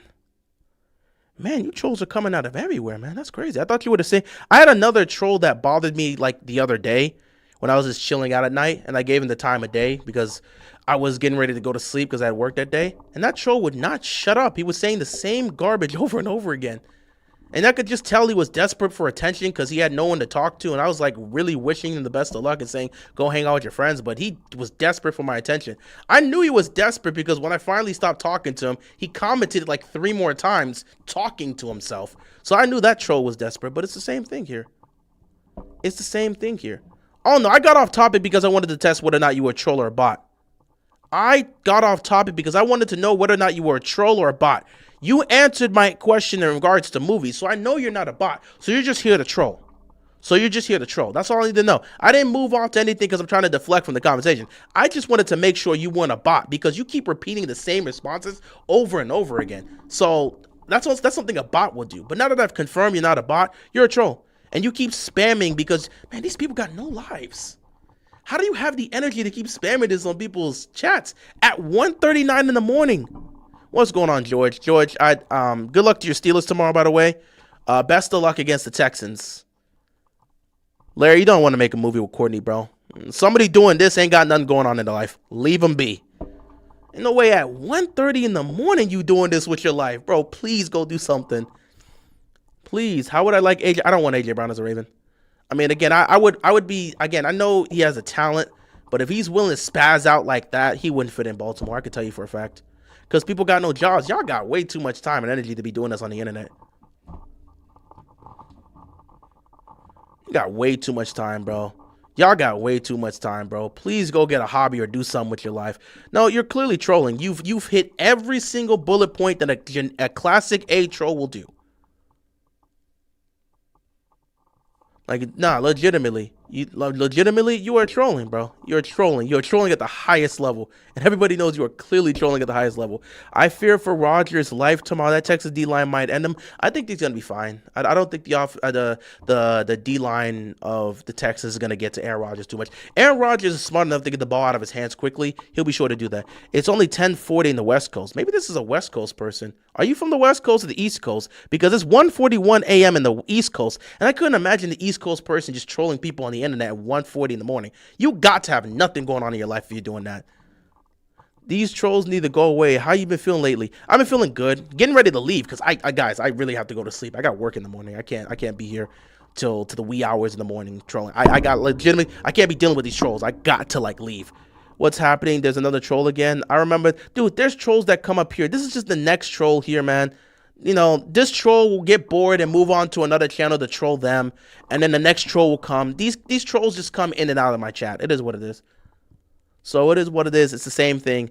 Honestly, don't mind that. I mean, again, talent-wise, he's there, but I'd prefer not to. West Coast, I was like, East Coast dudes don't got too much going on. I mean, it is what it is, bro. I mean, it's a troll. Again, at 1:42 in the morning, you got nothing better to do with your life than to troll people on the internet. Take a serious evaluation, dude. I'm not even gonna lie. It's hard to take a serious evaluation. Buddy, you are actively trolling you at 1:40 in the morning. Please reevaluate your life. Like when I thought it was a bot, I was like, okay, it's a bot. But this is another human being that's actively trolling at 1:42 a.m. in the morning. I hope you're on the West Coast, because if it's 10:42, you can still do something with your night.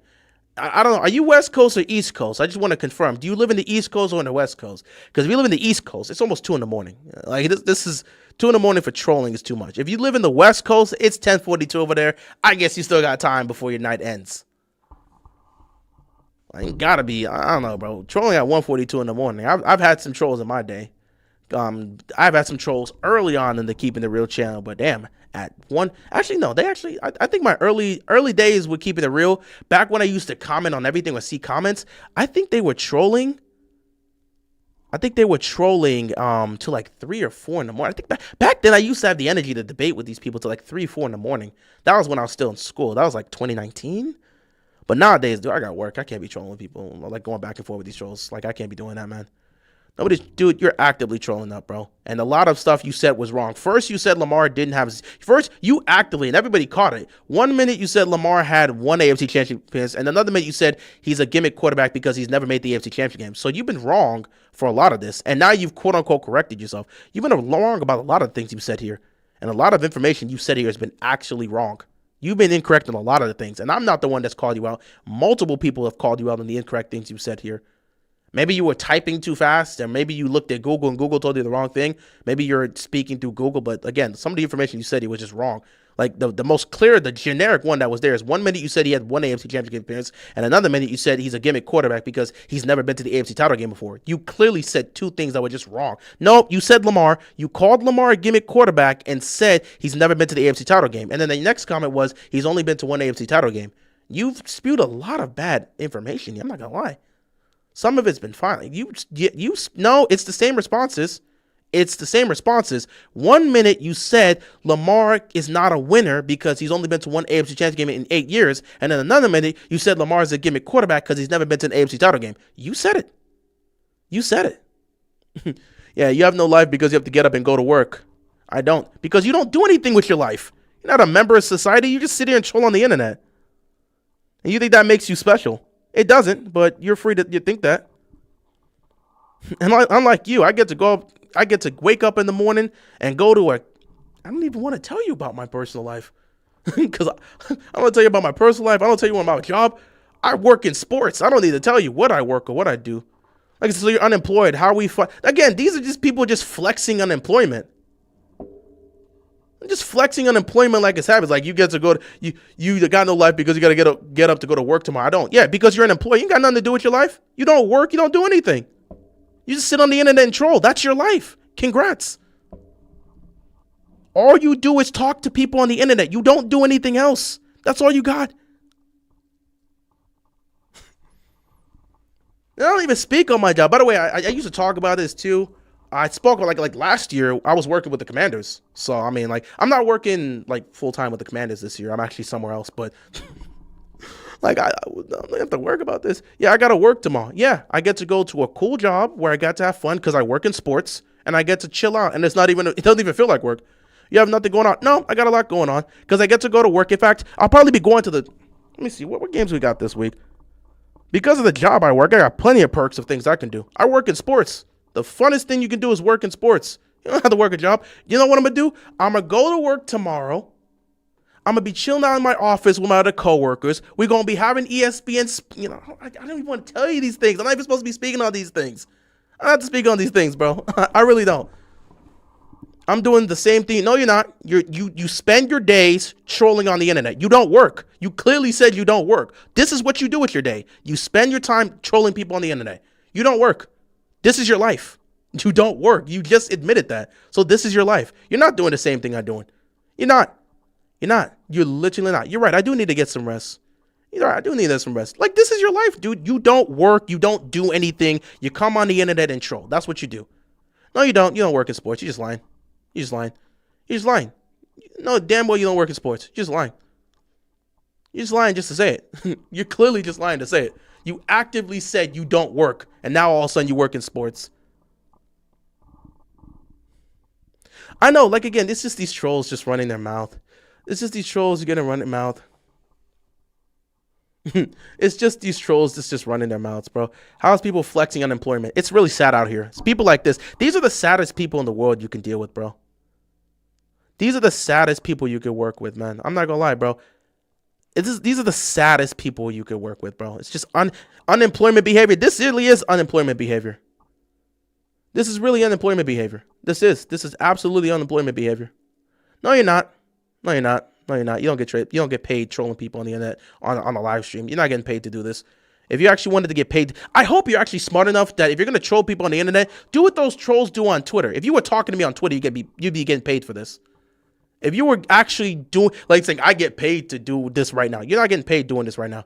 If you actually wanted to get paid, take this to Twitter, troll people, make sure you have a verified account, and have Twitter pay you. That's actually how you can make some money.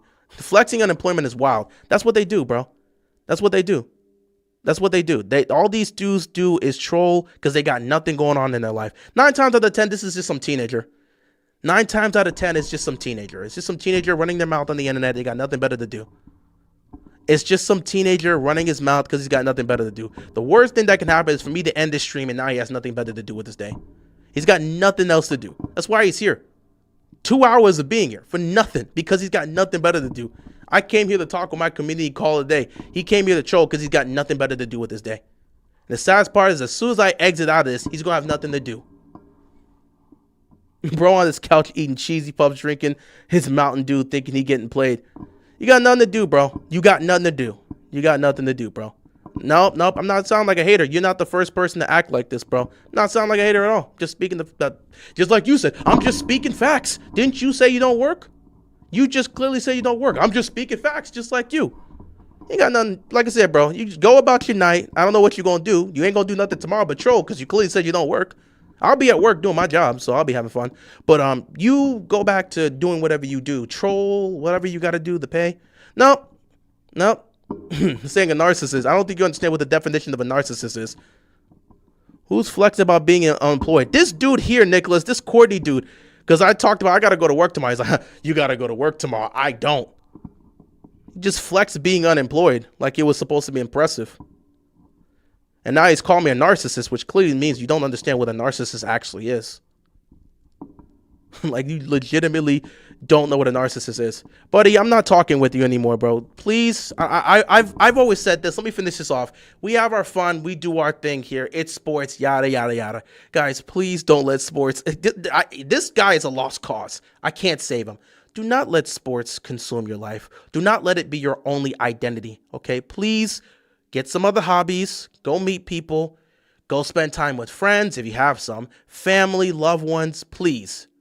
This is not the way to live life. I'm not going to sit back and act like I'm some expert in life, but living your life on the internet is just going to lead to... I wish you the best of luck, my friend. I truly do. You're not the first troll, you're not the last troll, bro.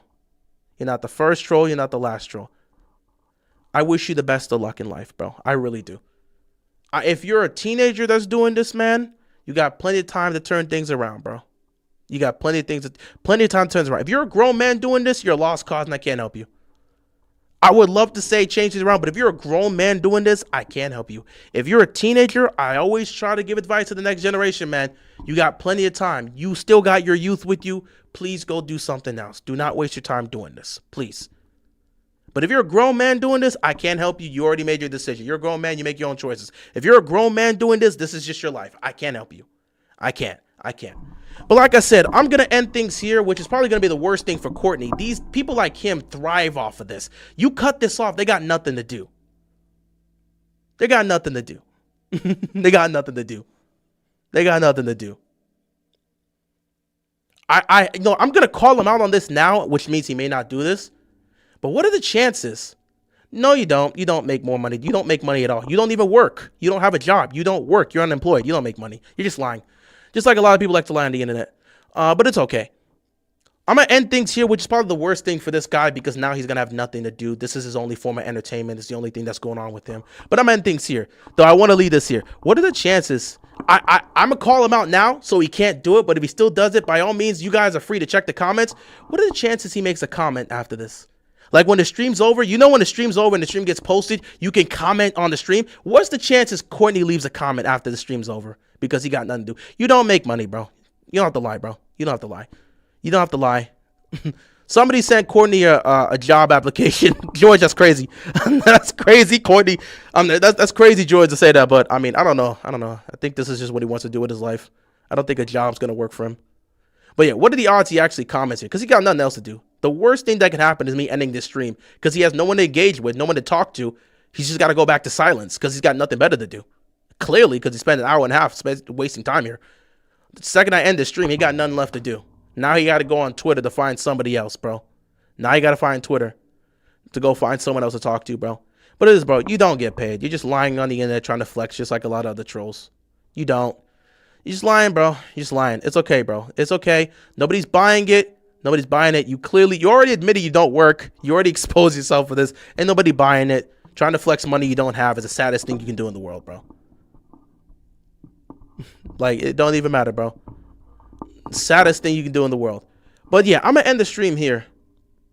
I like this. If you got time to troll, you got time to work. Dude, these people don't work. All they do is troll. They don't work. They don't have nothing else to do. They got nothing else to do. And again, attitude. Any of you guys that check my comment section after this live stream, check if Courtney leaves a comment. I'm calling him out now, which means he probably won't do it. But if he leaves a comment, it's going to further prove my point. You got nothing to do, bro. You got nothing to do. So, McDonald's is not hiring this person. He'll just spend his time in the bathroom trolling on the internet. These people don't have the attention span to actually work an actual job. They don't. You don't make money, bro. You keep lying to the internet and nobody's buying it. Okay? You don't make money. You're just lying. No, guarantee not. You're just lying. Everybody knows. If you're not some teenager that has nothing to do with his weekends because he's got to go to school tomorrow. If you're not some kid, you're some lying grown adult that got nothing better to do with your life. You don't have to keep lying. Do I have the Seahawks? I got the Seahawks winning in the divisional round. I got the Seahawks winning in the divisional round. That's what I got. I got the Seahawks winning the division round. But he keeps saying 15 times over, I make more money than this chat. Bro, you don't work. There's somebody at work right now that's listening to this live stream that knows you're lying. You don't work. You don't make money. You're just lying, dude. It's okay. Like, bro, it's okay, man. We don't know you personally. No one's going to go check to see if we know you don't. It's fine. You don't, man. You don't, bro. You've said the same comments 15 times over. At least with you saying the same comments over and over again, I would have at least thought you were a bot. But it's clear you're a troll, which is just sad. Why do you have the Seahawks beating the Niners? I trust, well, one, the Seahawks defense. Okay, here's my thing. Number one, with the Niners, I just think the injuries are catching up to them. They just lost George Kittle.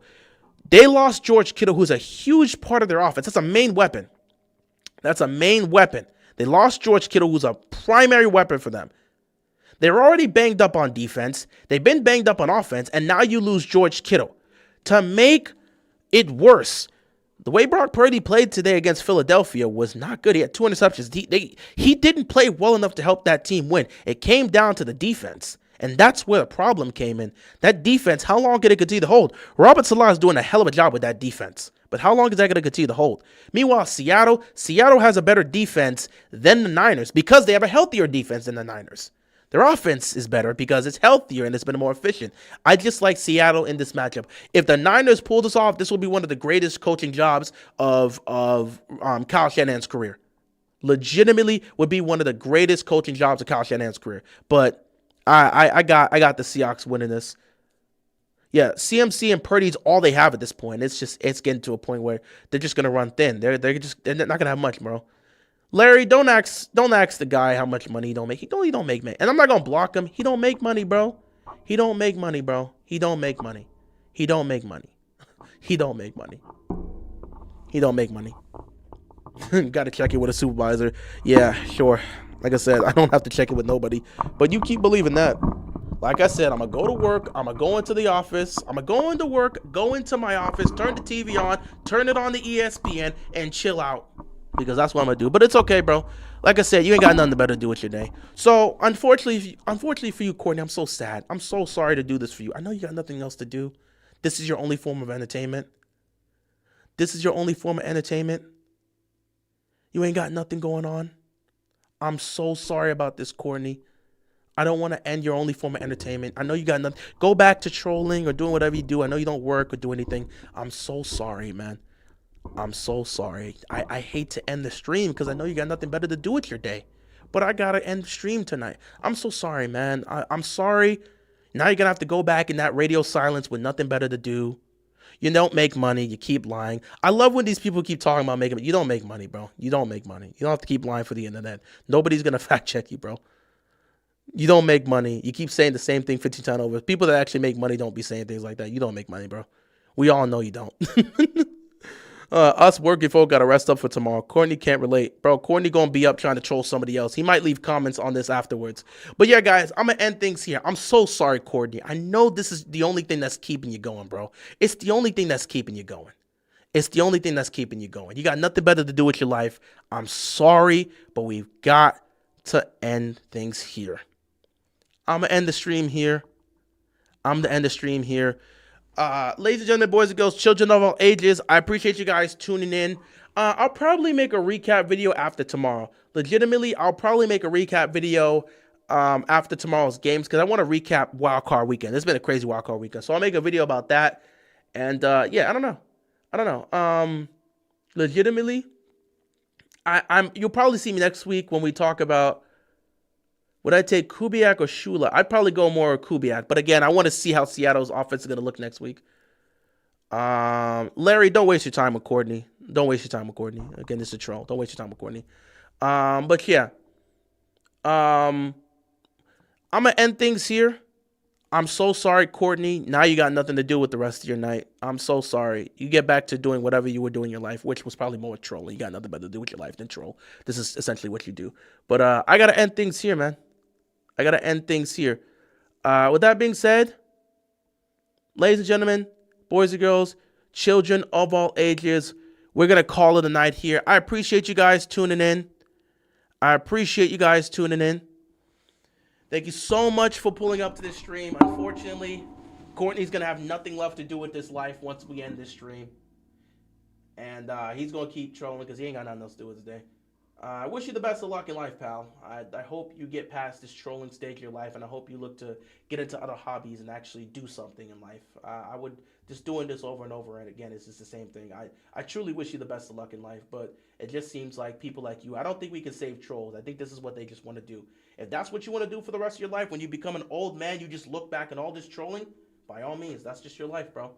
Everyone's free to live the life they want to live with, and at the end of the day, the decisions, the choices you make in life, you just got to carry them. If you want to spend your life trolling, 50 years from now, you can look back and say, I trolled for 50 years. If that's how you want to be remembered in the world, and that's how you want to be remembered when it comes to your life, by all means, that's your choice in life. I'm not going to stop you.